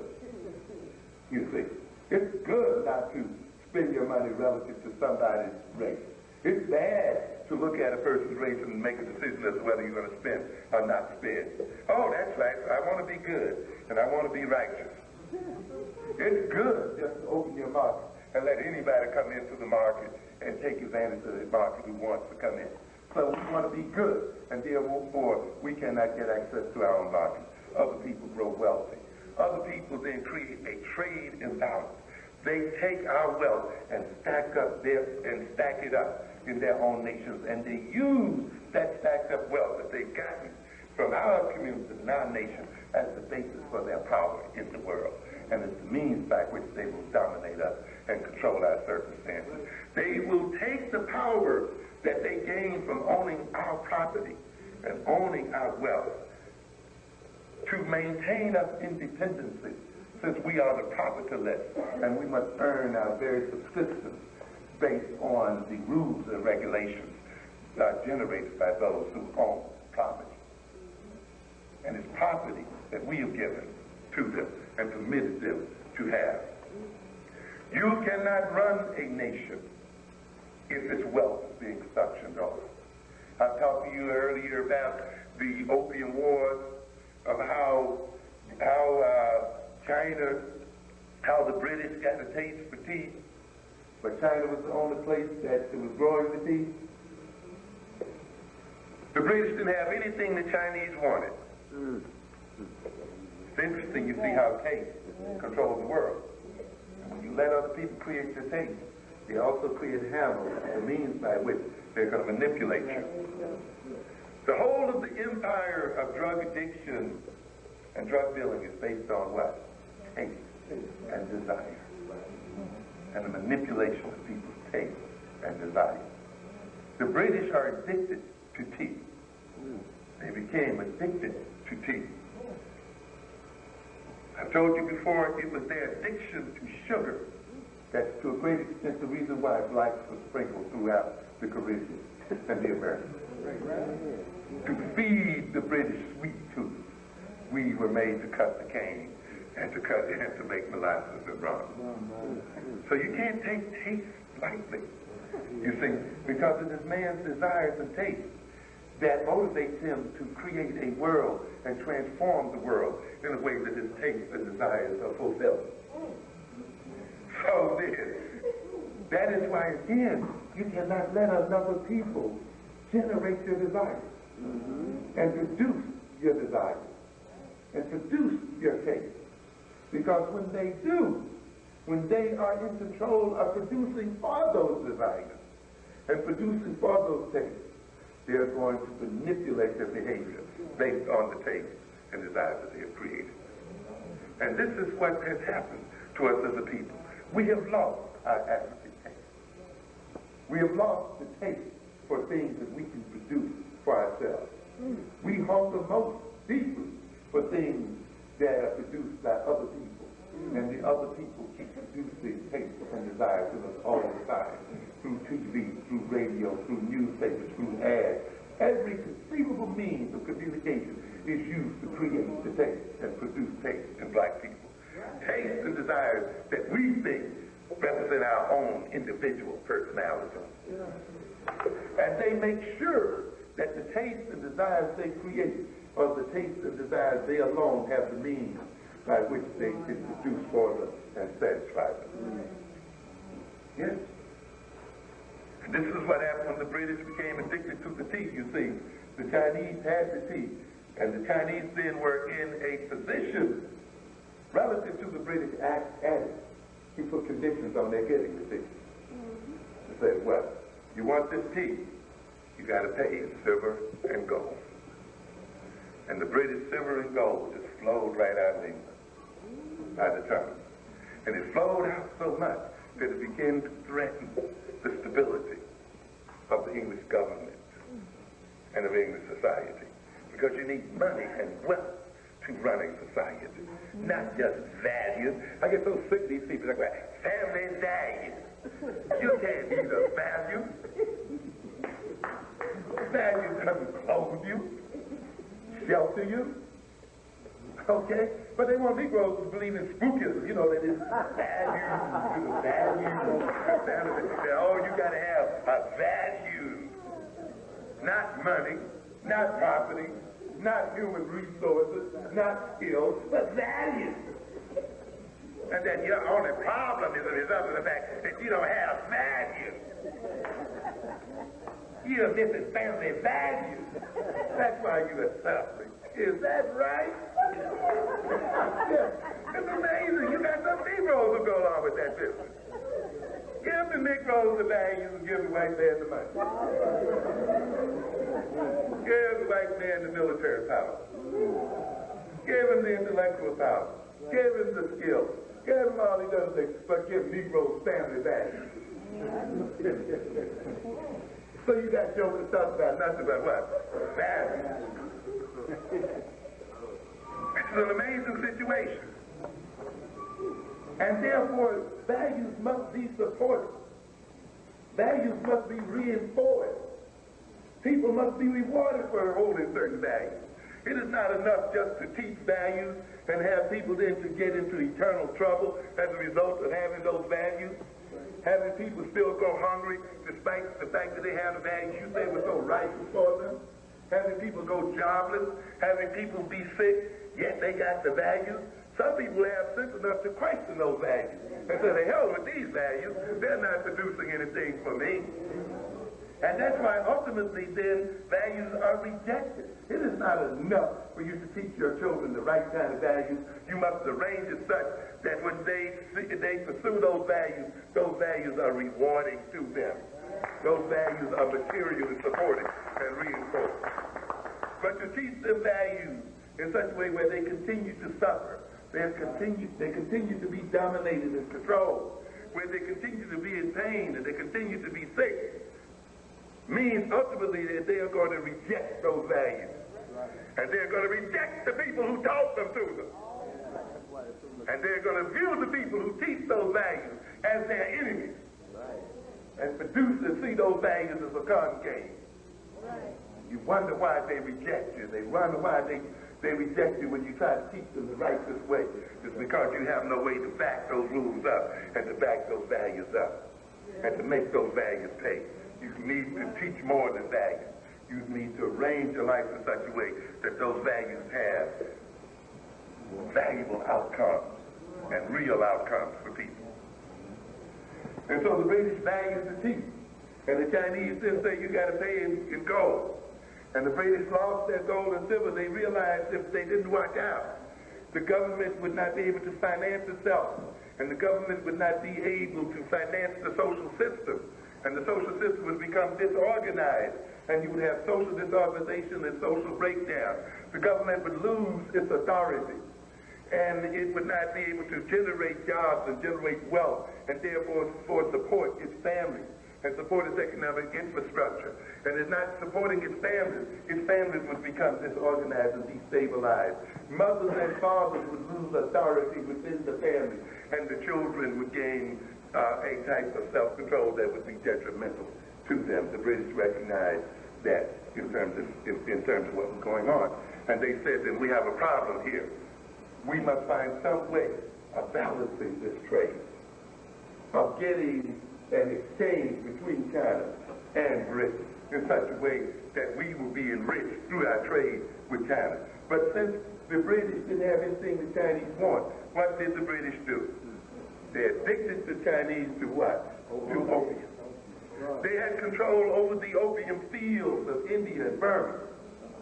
And they shipped the opium to China against the laws of China, against the attempts of the Chinese government to interdict this opium.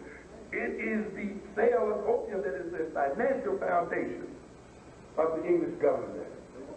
The crown of the Queen today, Buckingham Palace today, is built upon the drug trade. And as much of the economy of the United States is built on the drug trade today.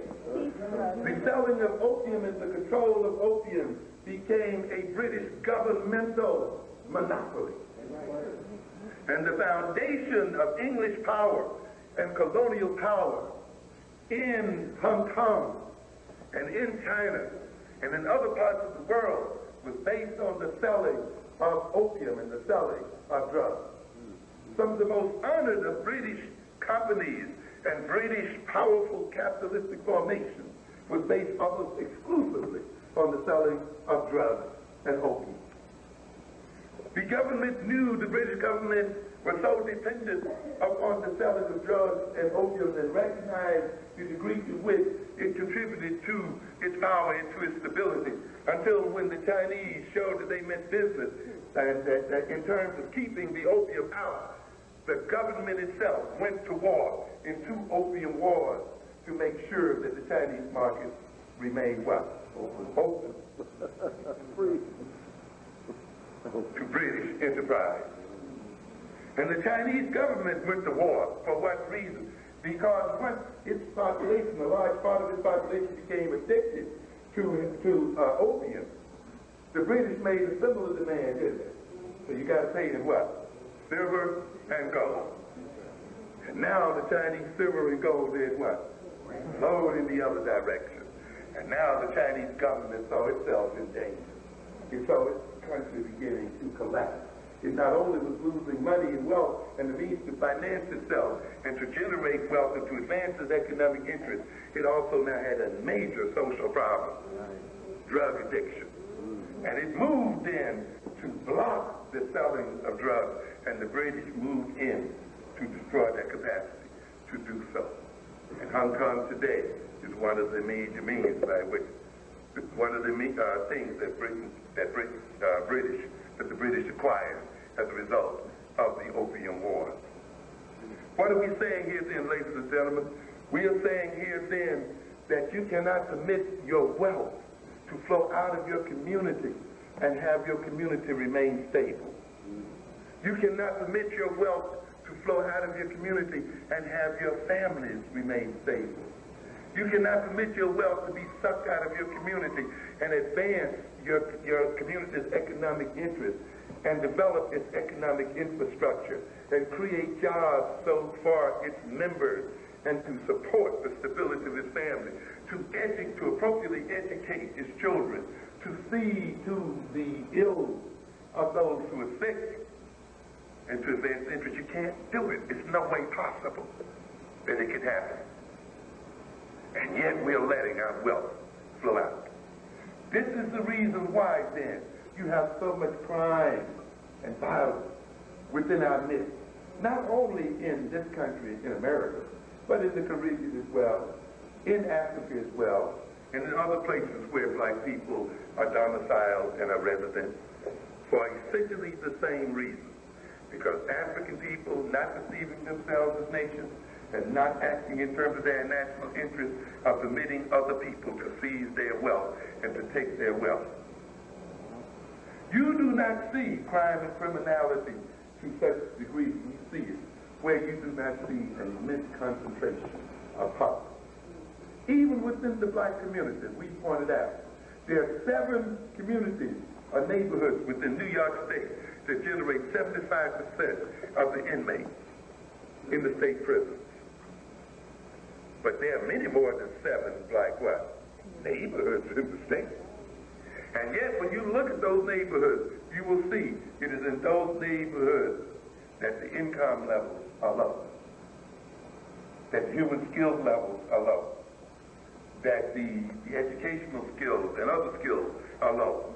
And most of all, blacks, relative to whites, you will see crime and violence occurring to its highest degree, where those people do not have control of their internal market and control of their wealth and control of some type of human capital that they can use as a source of wealth and power. We'll hurry on here, but I just want to look at one thing. We have a project here I want to talk about. Some of you are familiar with the Pathmark project there on the street, right? East there, 125th and near 3rd Avenue, I think. Many blacks see that as some kind of advancement for the black community. How is it sold? In terms of convenience and low price.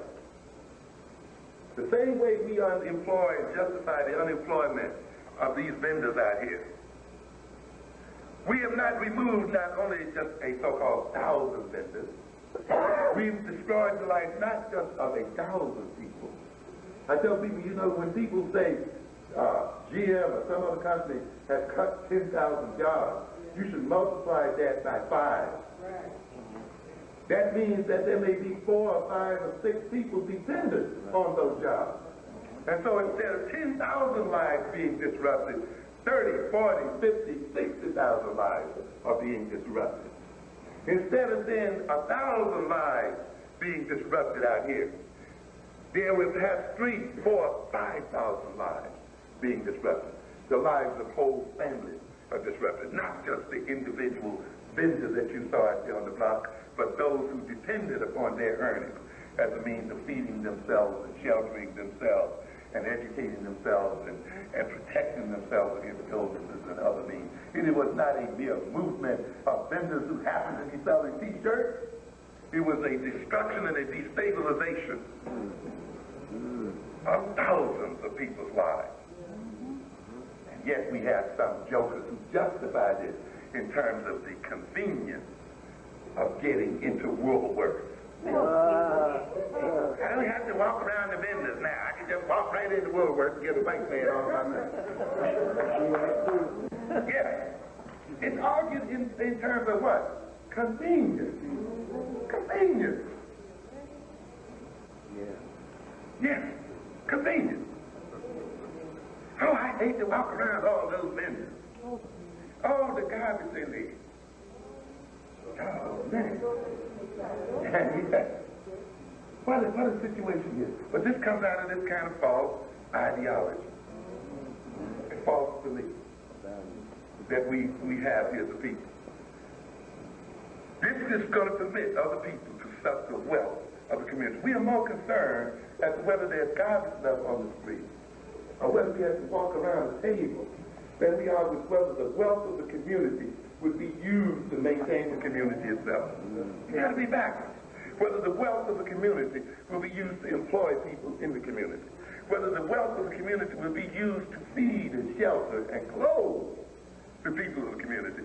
We are more concerned as to whether we have to walk through some trash or we have to walk around and send the state. What kind of false consciousness must we possess in order to arise at this state? Now we have some people proposing to build a path mark down the street. And they propose to say that this is an advancement for black people.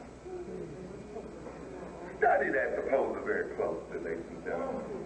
This is a part of a major move on the part of a company or a non-profit corporation called LISC, called Local Initiative Support Corporation, in partnership with some local community groups and churches. Oh yeah, because the game is the same all over. Yes. And some preachers. And some other community groups along with the politicians. Yeah. Now what is this initiative? Now this initiative is going to enter into so-called partnership with these community groups to build this big supermarket and to have some attached stores and so forth. Let us say a type of a mall there. Now you should get very suspicious of a situation like that. Why? First of all, you see, Negroes are deceived because this Local Initiative Support Corporation is called a non-profit corporation. And we think when we hear the word non-profit, that means that it is charitable. Yes, that it's charity. And that way, I mean, we really let it have its way there. Yeah, you know, we just say, hey, man, let's go. You know, these people are being good for us. But let me tell you something about foundation, the Ford Foundation, Carnegie Foundation. Oh, yeah, Rockefeller, all of these big foundations that we hear about, all of these non-profit agencies. Just because things are non-profit foundations does not mean that the foundation is not in the profit-making business. To a good extent, these non-profit foundations are the front men or the advanced men for their profit-making brothers. They go in and prepare the territory and prepare the ground so that their profit-making brothers can come in and take the wealth of a community. You talk about LISC came into business with a grant from the Ford Foundation. It raised $648 million to build low-income housing. A very charitable thing, isn't it? Right? Low-cost, non-profit housing. However, stop and think. The architect who drew the plans for the house did not do it as a what? An act of charity. He or she what? Profited it from drawing those plans. The construction company, which was not black, and many of the people who worked for it, which generally are not what? Black, made a what? Profit from making non-profit housing, from making low-income housing. The furniture and other retailers who sold the furniture, who sold the other items that will go into this low-income housing, did not do it for charity. They did it for what? Profit. The plumbers and the carpenters and the electricians and all of the people and people who consult and service and take advantage of a situation. That's why we have to have our own so-called foundation and our own charity organization, So when we decide to build low-income housing, or we decide to build certain nonprofit institutions, those who do make a living and profit from it will be our own. We cannot permit then other groups who, in the guise of being nonprofit organizations, create a means by which the community will be impoverished all the more. And now this organization, and look at the people then. And one may be very suspicious of this project. As I first read, oh goodness, they're going to put in these things here, this is a nonprofit organization. But then a line caught my attention. There are investors in this project. And who are the investors? Prudential, GE Capital, yes, yes, Bank of America, yes, you mentioned Dreyfus, and the venerable J.P. Morgan. All right. So you know this is not a non-profit game. If these guys are investing in this project, they're investing in it to make money. And as I read further and I researched further, I recognized that this could promise them a minimum of 10% per annum over a 10-year period on their investment. And I wondered then, where were the investors in the black community? And in what way will this community itself be able to invest in this project and gain from investing in it? I did not see it there. Where is it? In what way? I recognized then that this organization was to a degree using the local community groups and the local community churches that it was allied with, and told them that they would be in charge of the project and they would actually be the sponsors of the project. And what they would do was build the shelves and build the storefront into which Fastmark and the other stores would move. And therefore the community would get a sense that it owned the situation. But yet, the bulk of the wealth that will be gotten through the retail business will not flow through the community, but will flow out of the community. And you see that a political game was being played, because you see, if Fastmark tried to move directly into the community, the bodega boys would object to it. Yes, they're objecting to it now. The other supermarkets, the Bravos and the C-Downs and the others owned by other Asian groups would move in to block it. The Koreans would move in to block it because they would see then that that big supermarket would threaten their existence and threaten their business. And hence thought they might succeed in blocking the entrance of this giant into the city by manipulating the local politicians in doing so. And Fastmark has been blocked and other large units have been blocked as a result of local activity. As a matter of fact, one of the demands that the Koreans made in the last mayoral election of the person that they were going to give their support to as mayor was that the mayor would not change the zoning patterns of New York City so as to permit large units to be within the city and compete with them as a group. They had other demands as well. So what do we have here then? What you do then is go get a community group. Go get an influential church. Get an influential what? Minister. And group of people, and you claim it is the community that sponsored this project. Not who? Not Fastmark, not the other big chain, but the community itself. And the community then runs political interference and gets the permission and pieces the parcels together. And then these big corporate systems move into the storefront as a result of the invasion. How slick. How interesting. And then they know Negroes do not have an ownership mentality. We have a jobs mentality because we've been conditioned into it ever since we came here. We think our existence depends on jobs, not ownership, not control. And you hear us talk about jobs all the time. Jobs, jobs, jobs. Never about ownership, never about control. And so these people come and say, we're going to give you 250 jobs. Oh, wonderful. This is how delightful.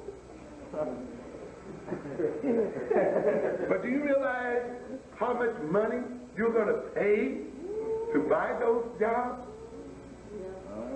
In other words, if you got a unit that's going to take out 30, 40, 50, 60 million dollars a year, one unit, that may pay its workers what? $500,000 or $2 million? Do you realize how much money you pay just so you can retain in your community $2 million bucks? See, we are so fascinated by jobs, we don't even see how much we're paid for the jobs we get. Suppose there's a business owned by an alien that earns $100,000 a year based on your spending with it.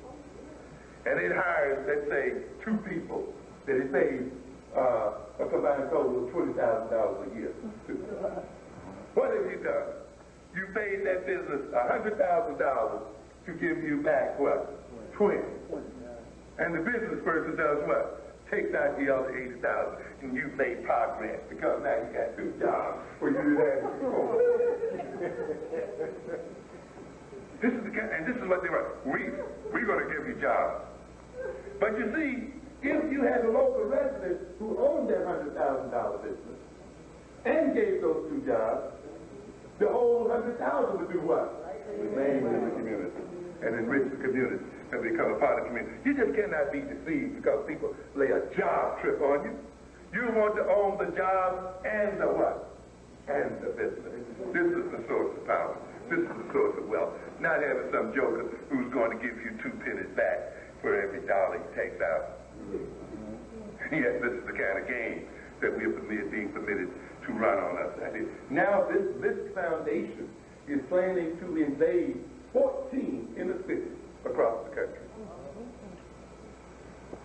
Using some foundation money, but it states very clearly that it's going to only fund 30% of the project through its own money.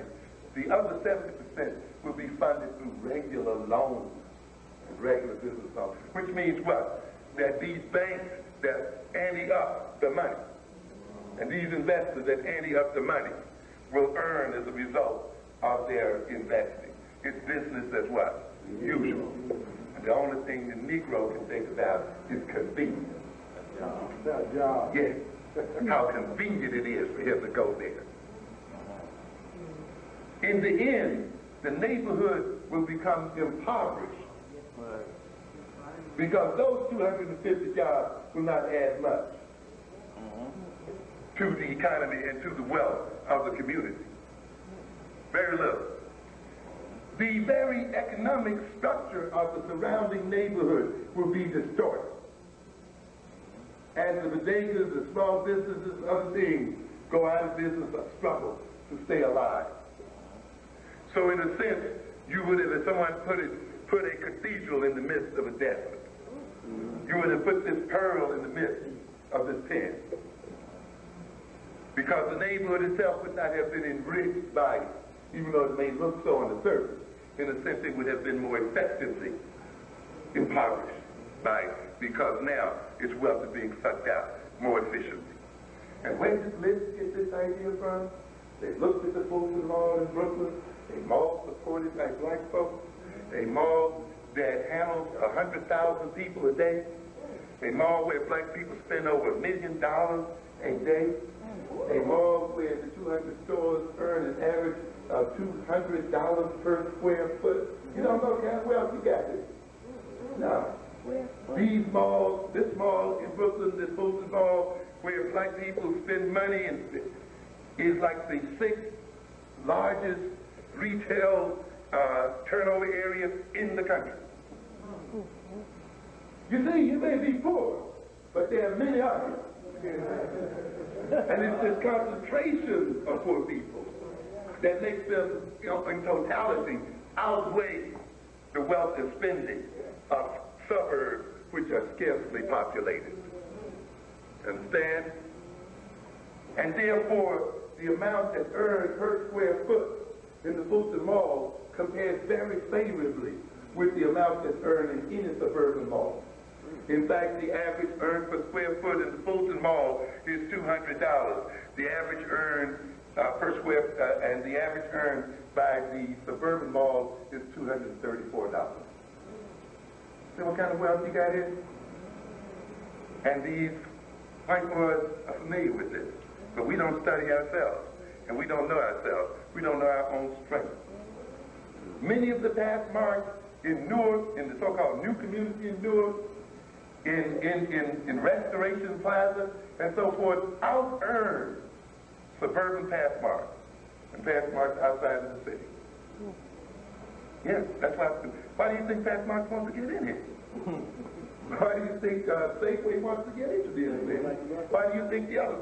These big companies are not going to move into areas where they think they can't earn money.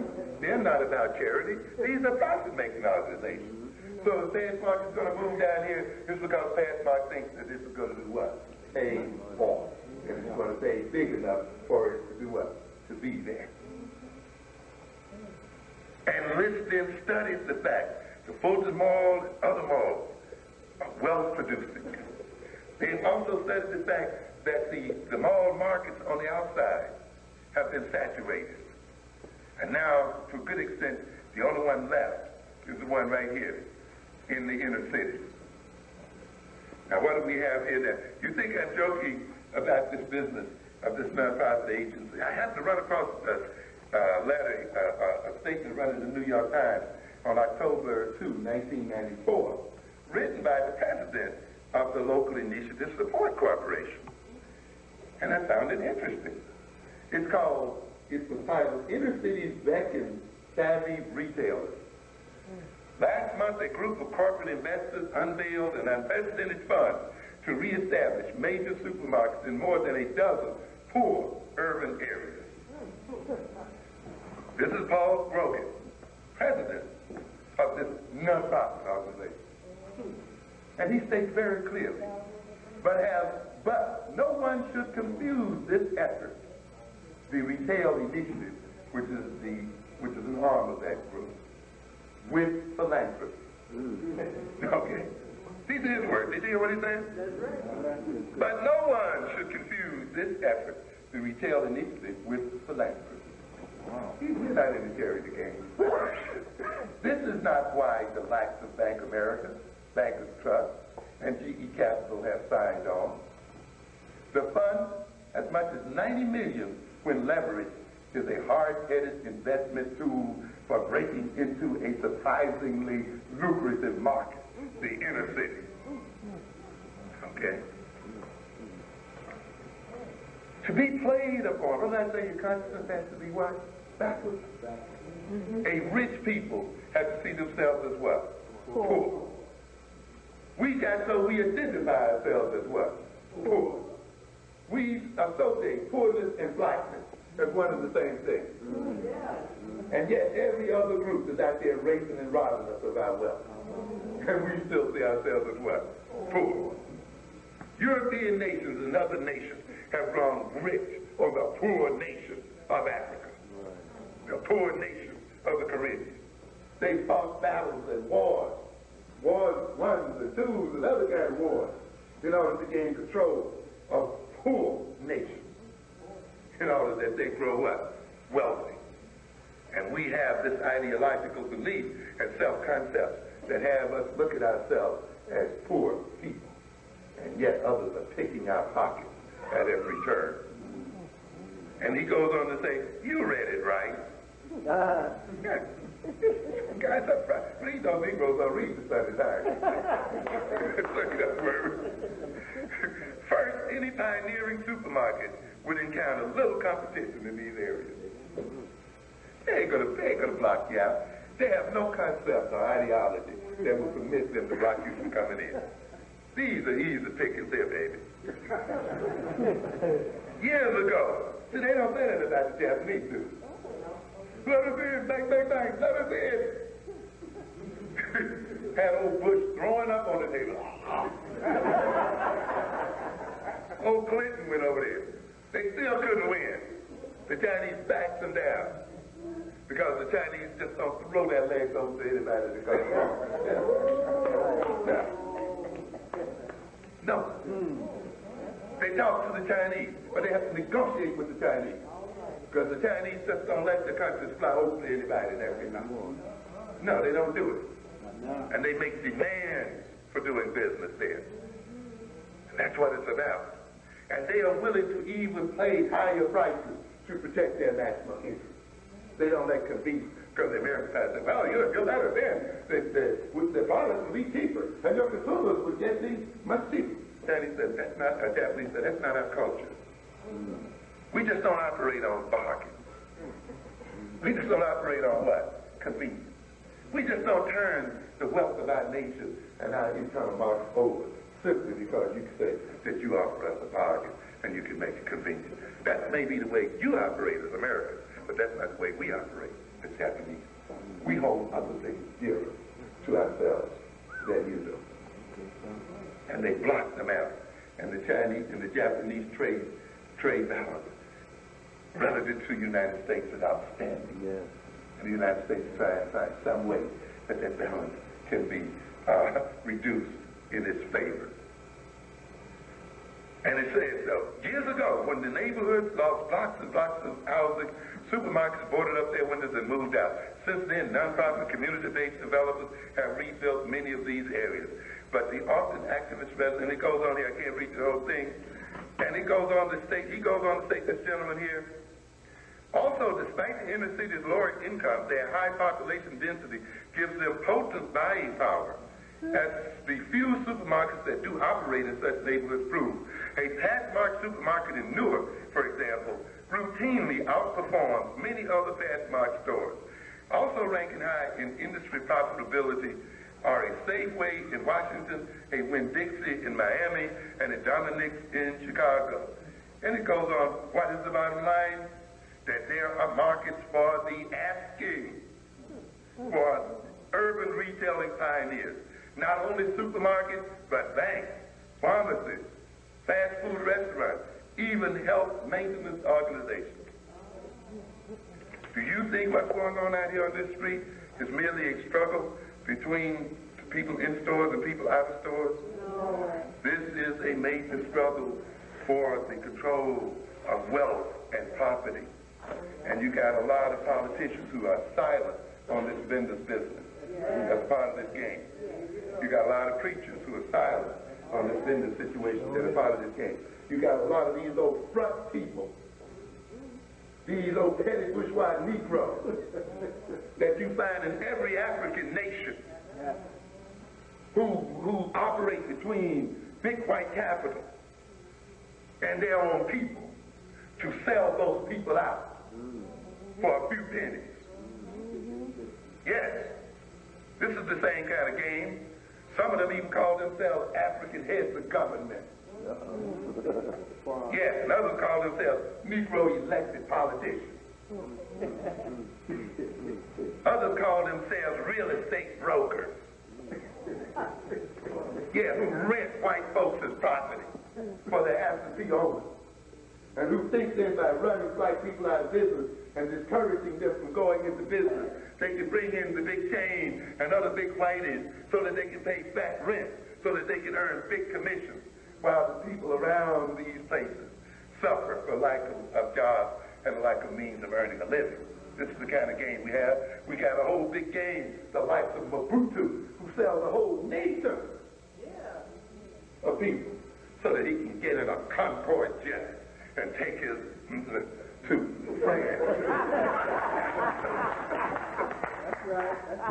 On 14 French chateaux. He rents a Concorde jet for $250,000 each ride.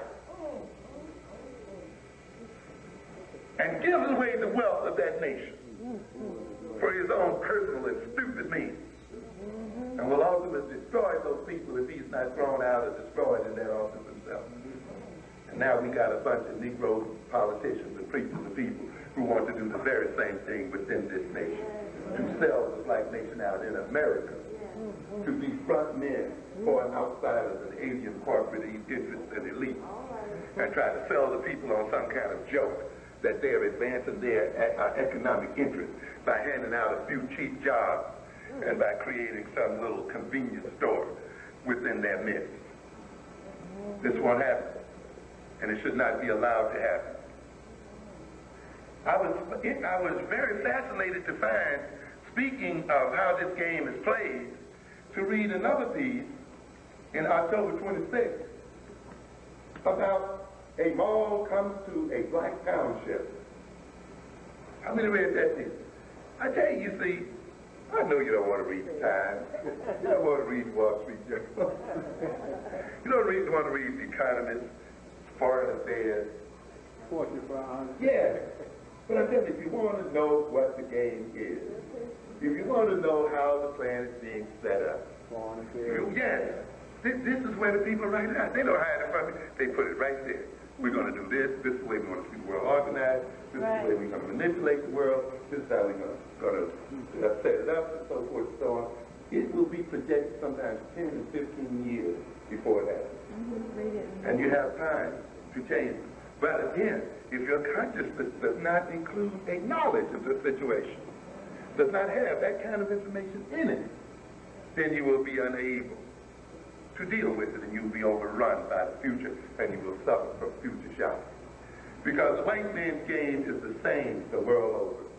The same technique, and that technique involves the use of Negro mind and the use of a falsified black consciousness as a vehicle for creating wealth and power.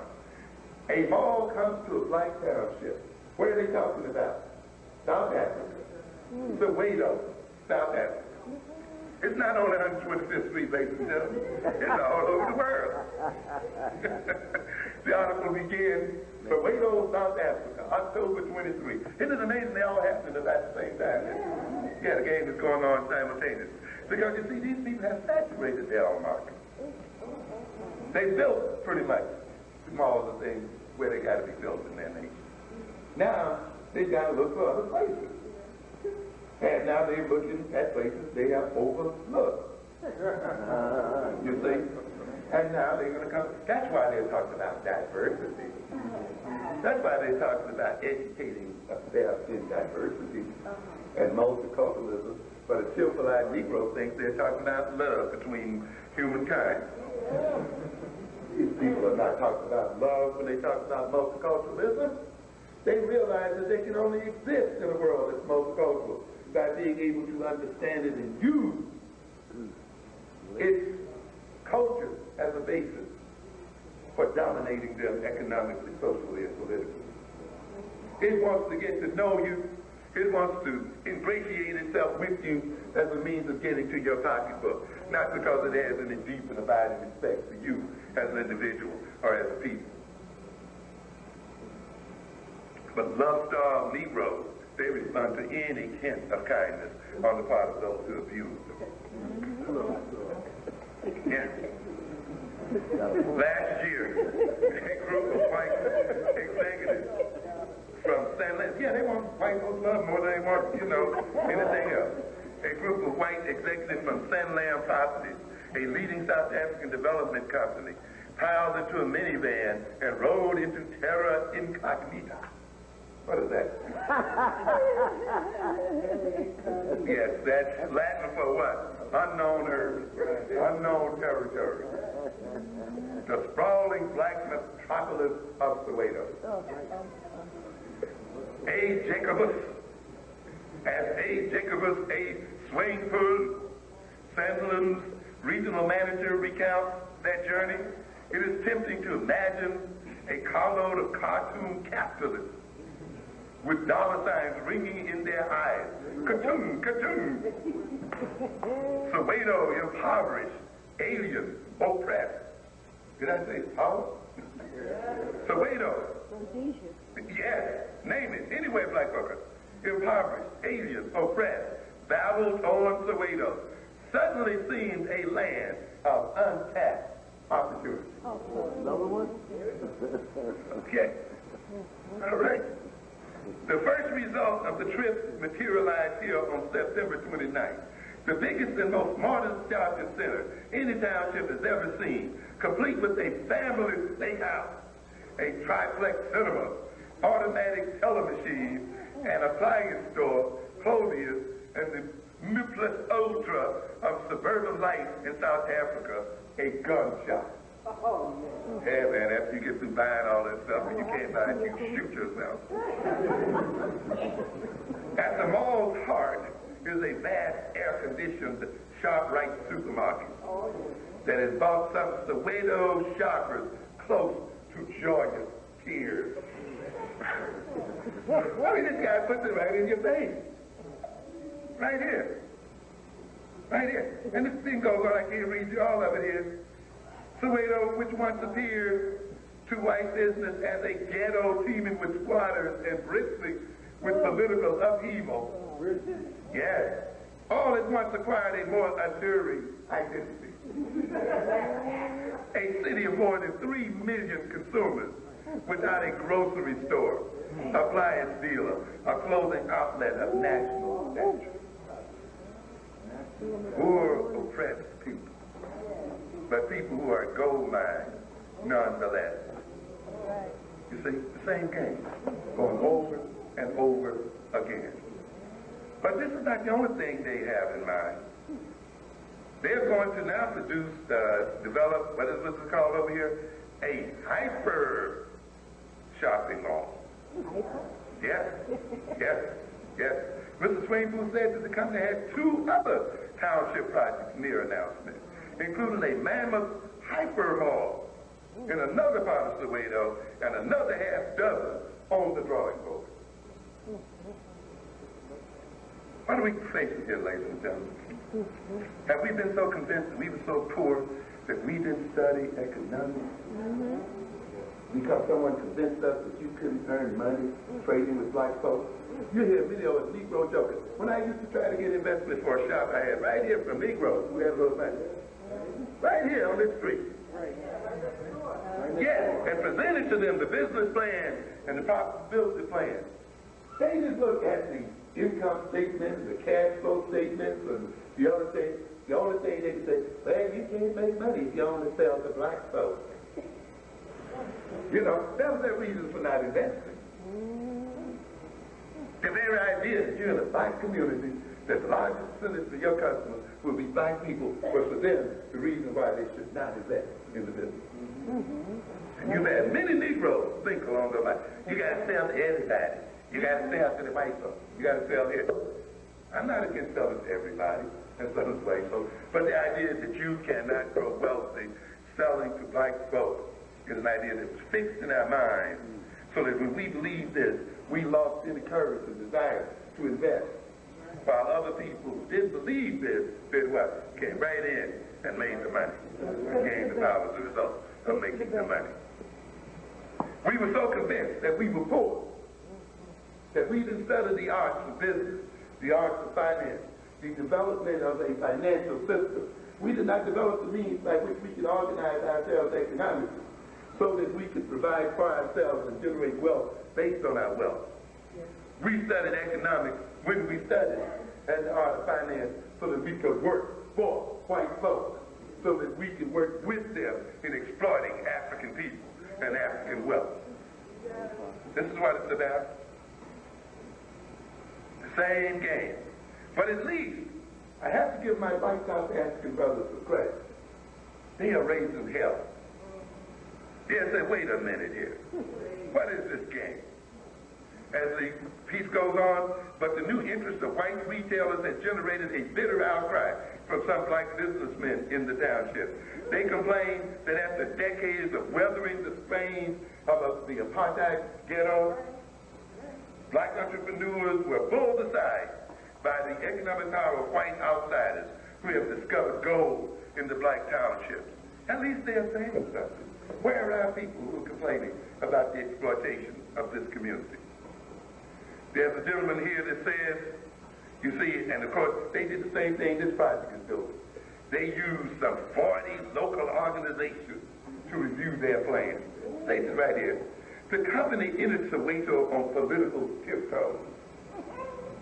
It assembled a committee of 40 local organizations to review its plans. It created a trust fund, you see, and it used the group to do what? Run political interference. And then it promised the Negroes a few jobs. And then it gave 2 of them a business out of 68 stores. But one black man down there, Mr. Lagodi, Afrikan says, we feel that appointing a few black faces in ShopRite doesn't give you a passport to come in and exploit the emerging black market. Okay. See, some Negroes think it's all right as long as Woolworth hires some managers, black managers, black clerks. As long as they hire a few black faces on white power, we'll let them take everything we got. Mr. Gama pointed out that his black chain stores had remained in business, this is the Black South African, without laying off workers, despite political violence that scared away customers and drove the company repeatedly to the brink of bankruptcy. He fumed at the thought of white companies now reaping the dividends of the struggle. And we're going to see this kind of game occur. You devastate a community. You suck it dry on one hand. And then you turn yourself around after a period of time to come back and rape it again.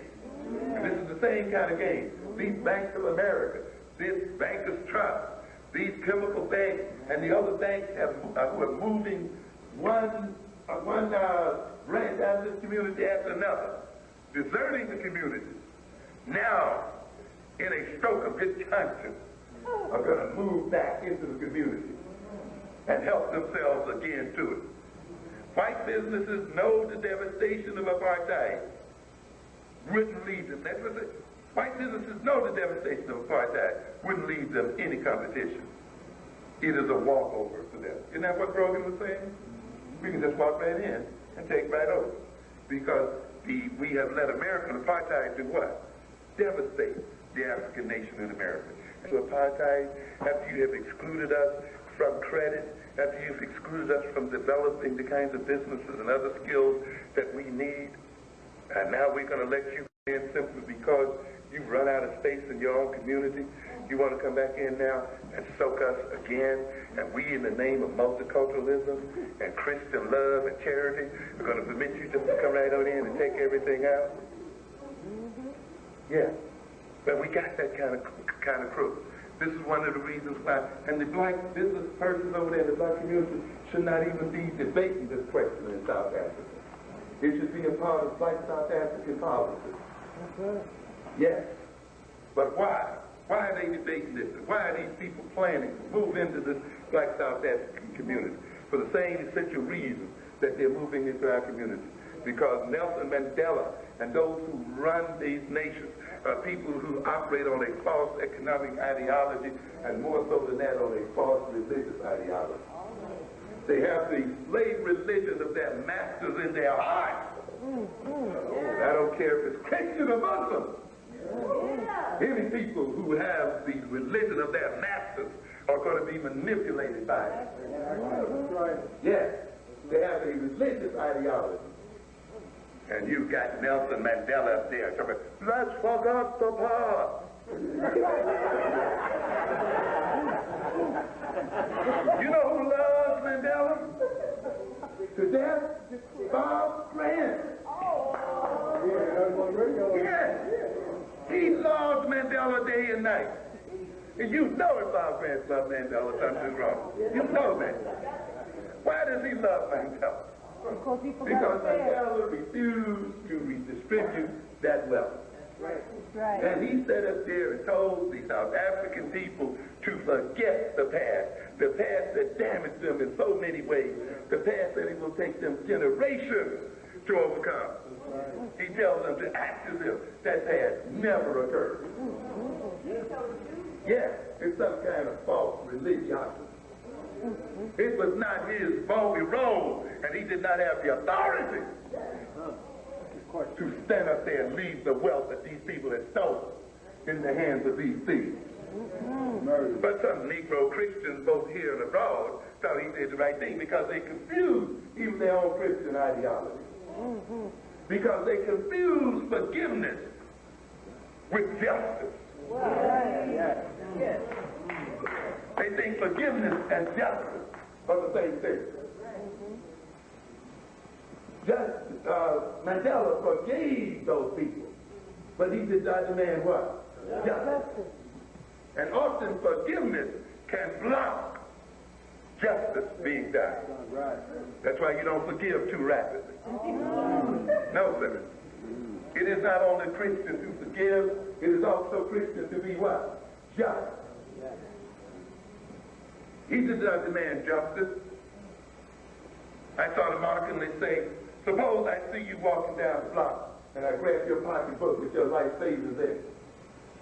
And as soon as you reach to get it back, I say, let's forget the bar. Let's not think about it anymore. Let's be brothers and sisters.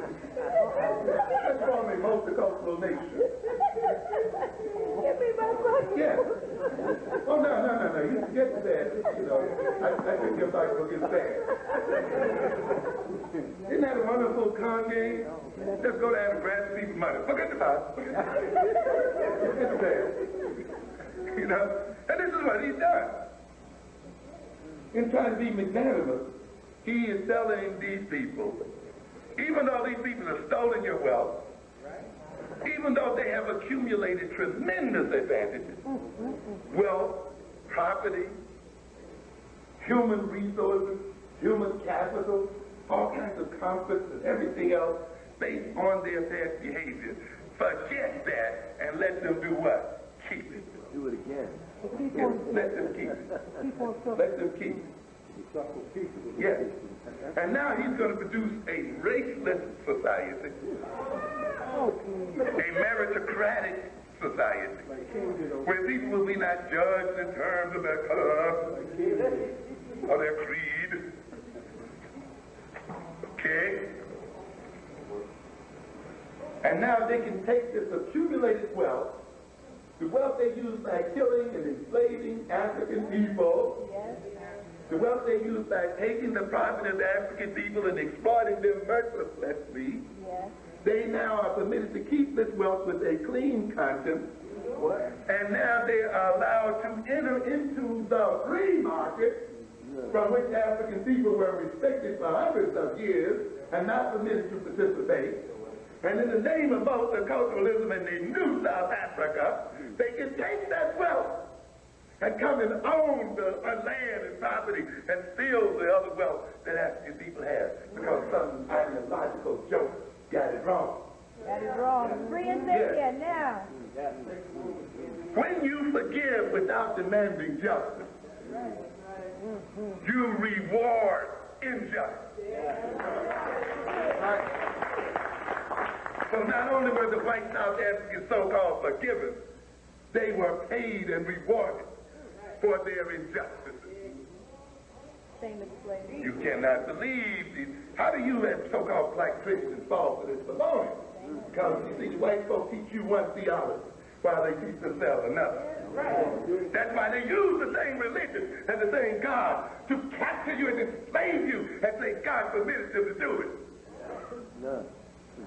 You use the same one to lay down and crawl in the dirt and let them walk over you and claim that they're walking over you is a sign of your religiousness. Yes. That's why we let these Arabs enslave us. Come and steal our people and enslave our people and sell our people. And then tell us that religion. And they too come right in, the Arabs, right into Africa and own the shops and own the businesses. And some Negroes hollering, Allahu Akbar! While he's not giving them a break.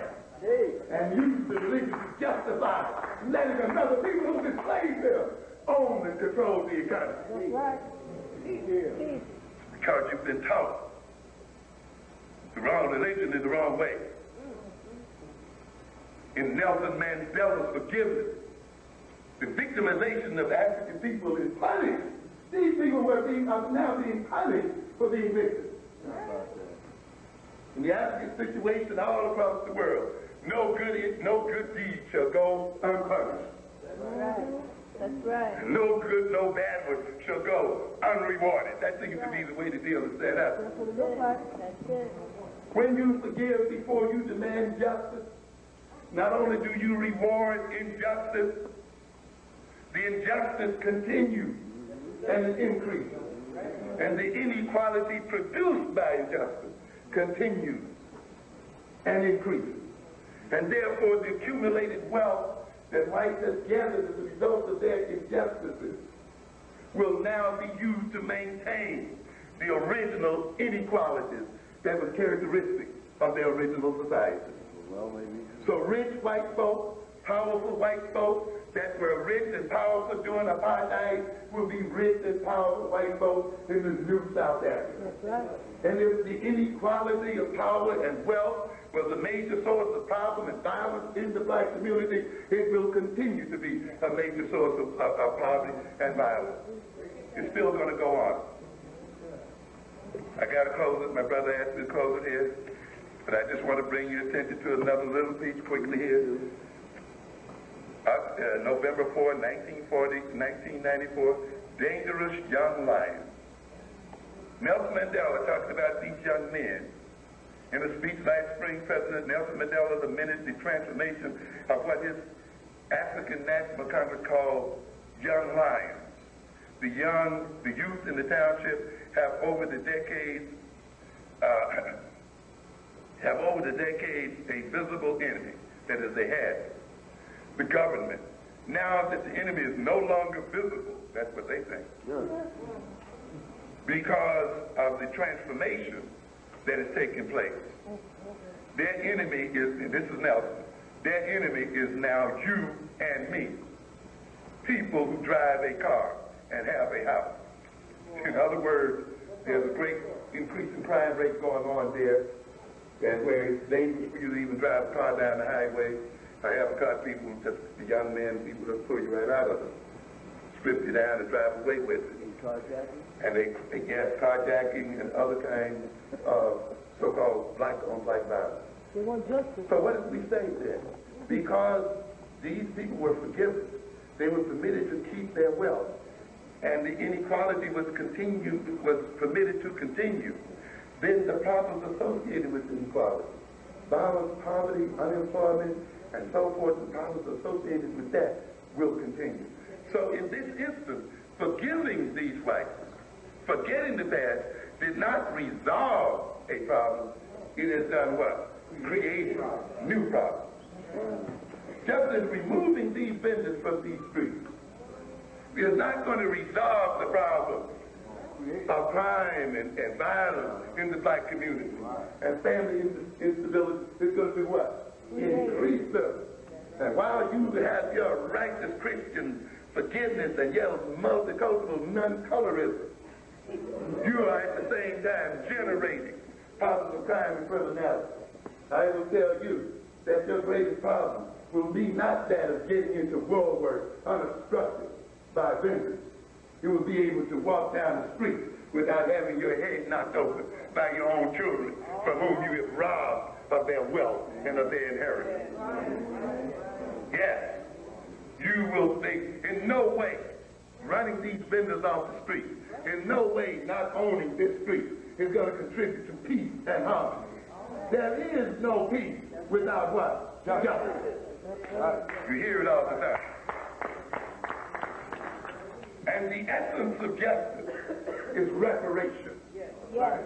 The essence of justice is redistribution. Yes.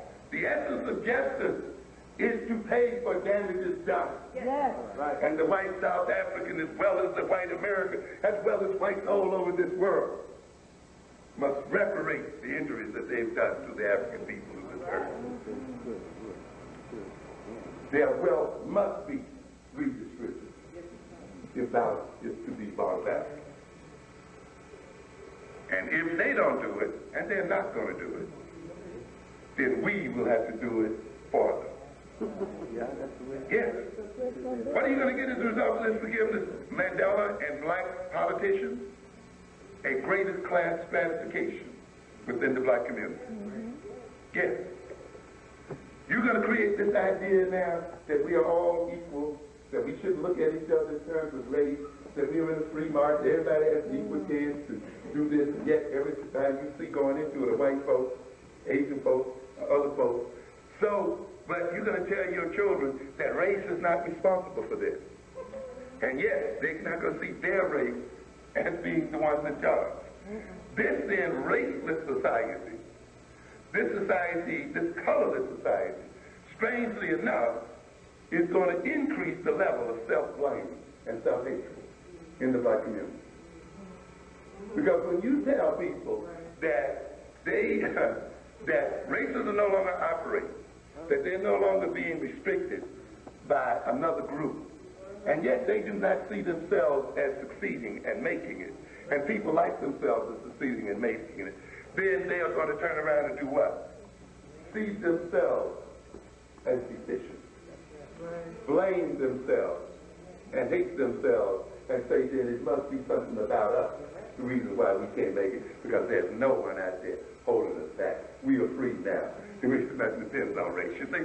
So you're going to get this contradiction that at the very point where the world appears to be becoming race-less, you're going to get a race of people suffering ever more deeply and becoming ever more self-hating and becoming ever more violent in terms of these kind of contradictions you have today going on in this society. There are many of them occurring at this point.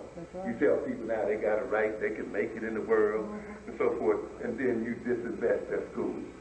They can be anything they want to be, and then you don't give them the means by which they can be what they want to be. That's why you tell them if they're not what they want to be, they like values. They like a family background. You don't tell them they like a chem lab in the school. You don't tell them they like a computer lab. You don't tell them that their school is up to date and so forth and things like this. No, it's their absence of value. It's something about what? Them. Individually and ethnically. And now this is what the South Africans will be told. Now check out what's going on in the suburbs of South Africa. You know what's happening in the suburbs of South Africa? Same thing happens over here. I'm saying this for these multicultural Negroes. Those ones who don't forgive and forget. Yeah. You know, I tell you, if you're going to be multicultural, be really multicultural. Demand that these other people live here then. Yeah. Demand that they be members of your church. Demand that they go to the same schools your children go to. Check it out.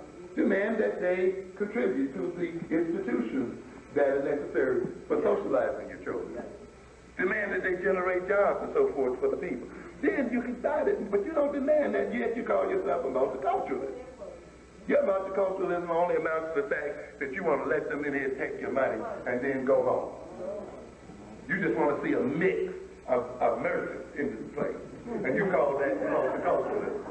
If it is a truly multicultural neighborhood, they would live here and work here and play here and die here. And if they can't do that, then they don't deserve to get the wealth that's here. I got you, Brother X. I'm coming out of here. Just quick read with these Negroes. The suburbs of South Africa stay cold to black. November 3rd. That's all this love and forgot the past business. After the cage of apartheid began to open up, why does the cage bird sing? And the borders of his existence were no longer the parked roads of Soweto.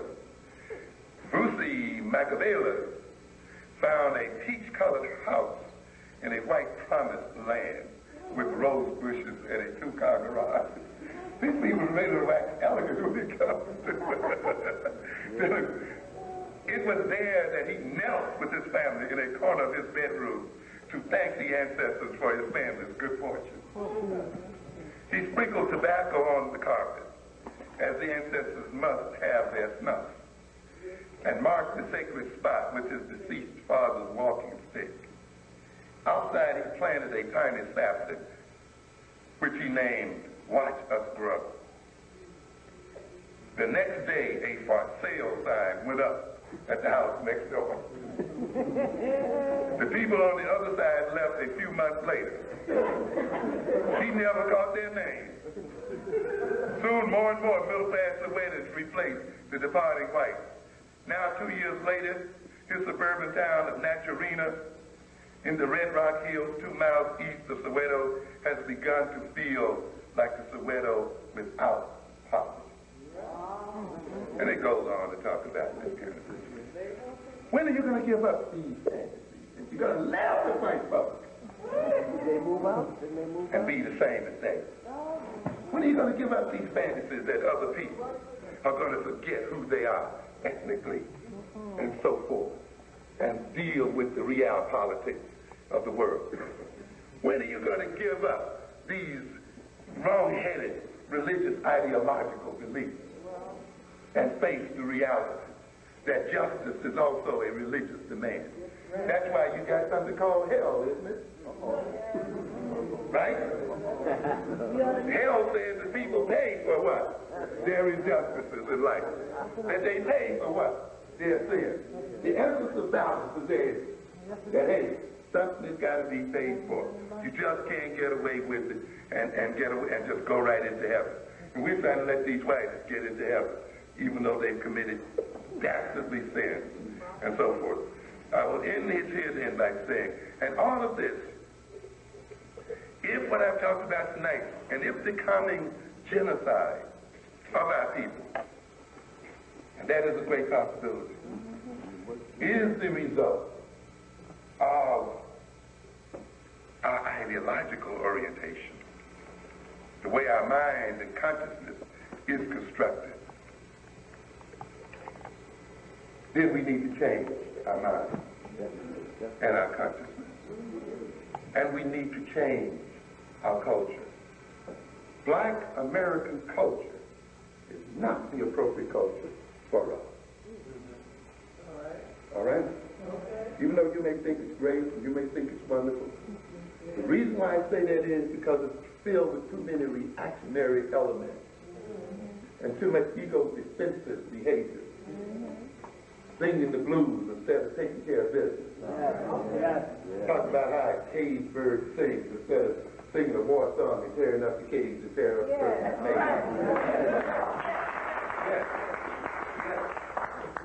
We can't have a culture this way. A culture, like anything else, has got to be measured empirically. It doesn't matter even if it was present in Africa 500 years ago. To say something is African is no justification for keeping it. To say something is black is no justification for keeping it. It has to be measured against some kind of standard. Again, you Christians know what that empirical measurement is, don't you? Your Jesus told you what? You shall know a fruit by what? You shall know a tree by what? The fruit is there. Huh? That's an empirical measure. He just didn't say, have faith and forget about it. He said you can measure the value of something. You can measure the value of something by looking at the fruit it bears. And if it does not bear any fruit, what did he say? It is good for nothing but to be cut down and thrown into the flames. Isn't that what he told you? You don't read your own Bible. That's why you messed up. Yes. And so he says that you can measure the value of a religion. You can measure the value of a system by looking at the fruit it bears. And if it bears no fruit and can only bear bitter fruit, then you should throw it away. You should burn it down and throw it up and throw it away. That's what it's about. I like the story of Doubting Thomas. Plagued by tokenism. Jesus walked in there, supposedly.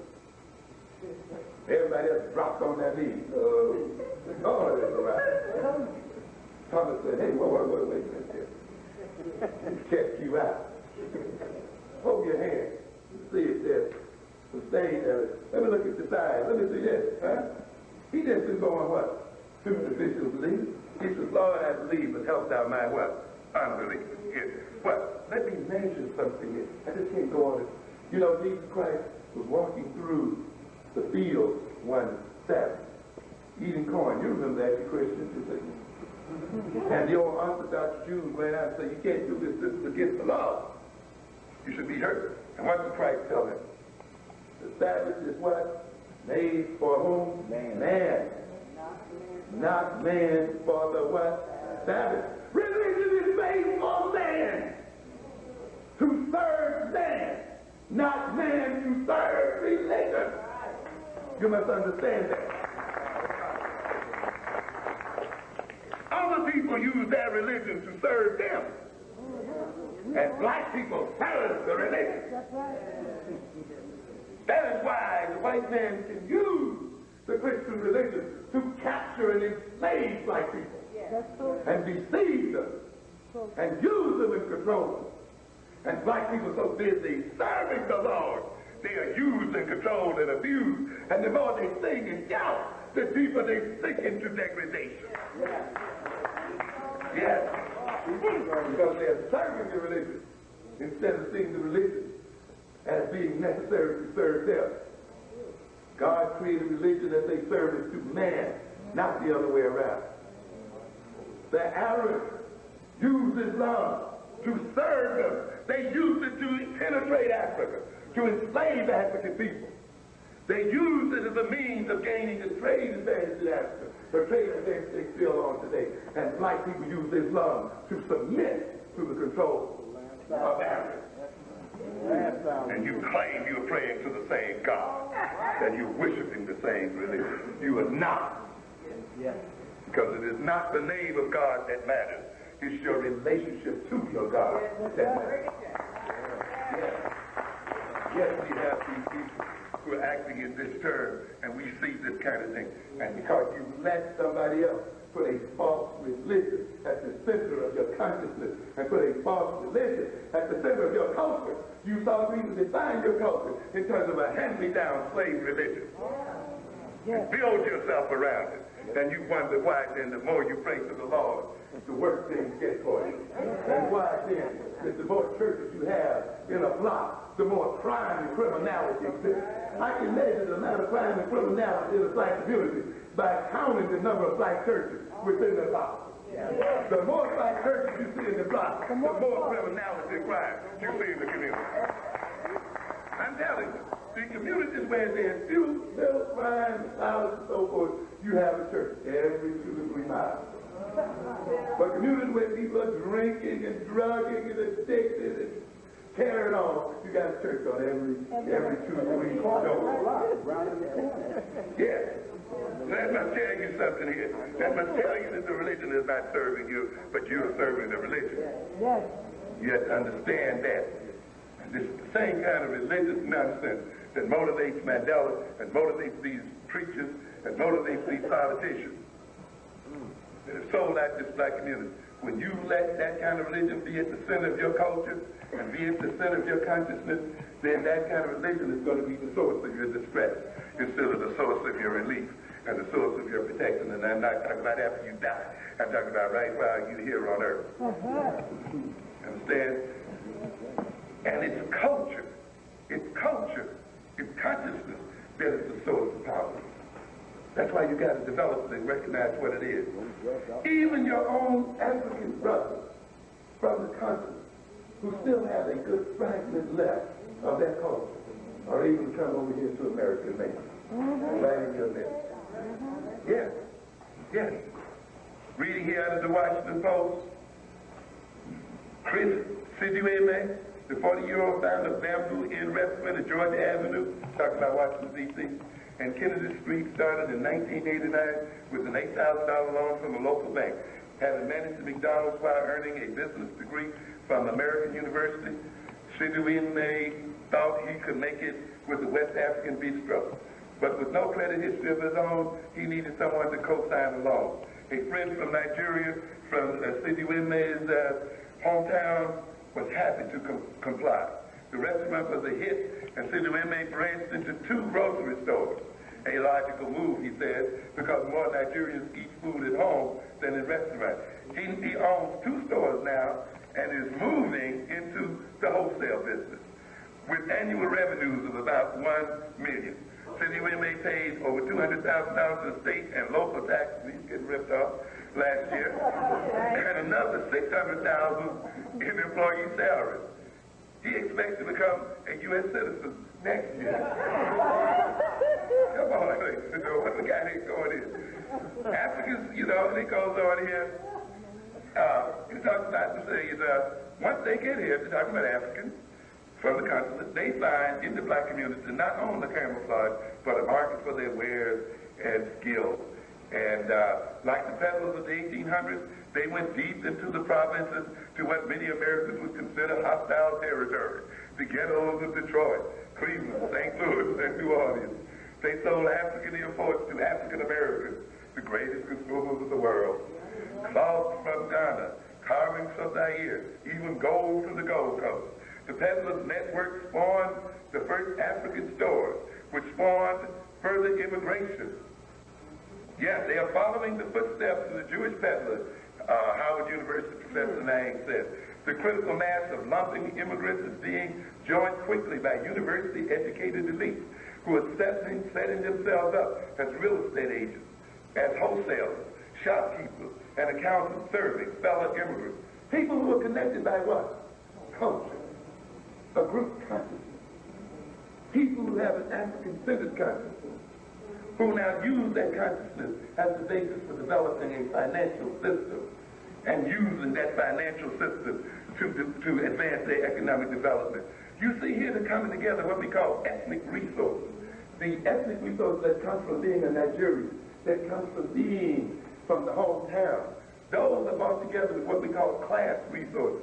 Those Africans who go to the colleges and to the universities, who learn the business and finance and accounting and other kinds of things, and they join together. Those Africans who picked up skills and other kinds of things so that they can serve their fellow men who are into retail business. And using that base to go into what? The wholesale business. And using that case to get into imports as they import their materials from Mother Africa and so forth. The same kind of plan that I recommend in Blueprints for Black Power, that the first level for black economic development involves capturing the internal market, capturing 125th Street, capturing every black street across the city. But not only doing that, capturing Fifth Avenue downtown. Your people work down there. That's where they spend their money. Be down there to get it, man. There's no reason why we have to stay up down in Harlem. The whole of New York City should be seen as a market for black people because black people are spread all over the city. And we can get to them, and we can get the white people. You need to go to business downtown, you know. Set up a big, be a black one. It should be all black employees. And use the Negro's mind to get it. And a white man's mind. Since they think all the white folk can own this business downtown, it wouldn't matter to them if they had blacks in there. They think that they're still buying from a white man.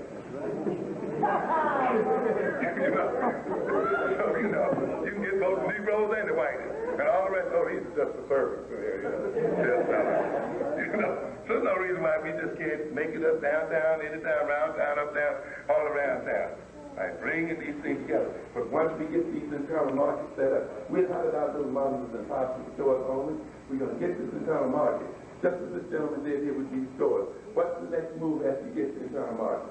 Move into the what? The wholesale market.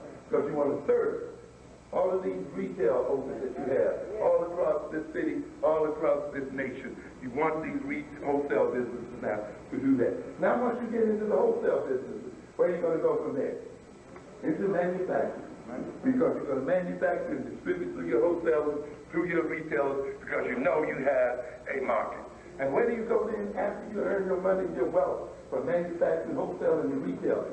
You're going to use that wealth to buy equity into white corporations and multinational corporations and gain enough power and influence in those corporations so that you can sit on their boards and determine how the rules shall be made. So that if these corporations will rule the world, we will be a part of their rulership. They will not rule against us. They will rule for us. You understand where we're going?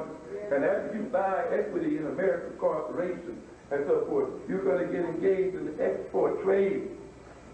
You're going to become world traders and international dealers. You're going to invest in Africa. You're going to invest in Asia. You're going to invest wherever you can because you're going to supply these jobs for your children. You're going to stabilize these families. You are going to become a major economic factor and force in the world. Today, the world is being divided into 3 regions, and it's being dominated by 3 regions. The region of Western Europe, which is using Eastern Europe as its manufacturing base increasingly. A region now called the North American region, which plans to use Mexico, Central and South America as its low-wage manufacturing belt, as its high-productive, low-wage manufacturing belt, and East Asia.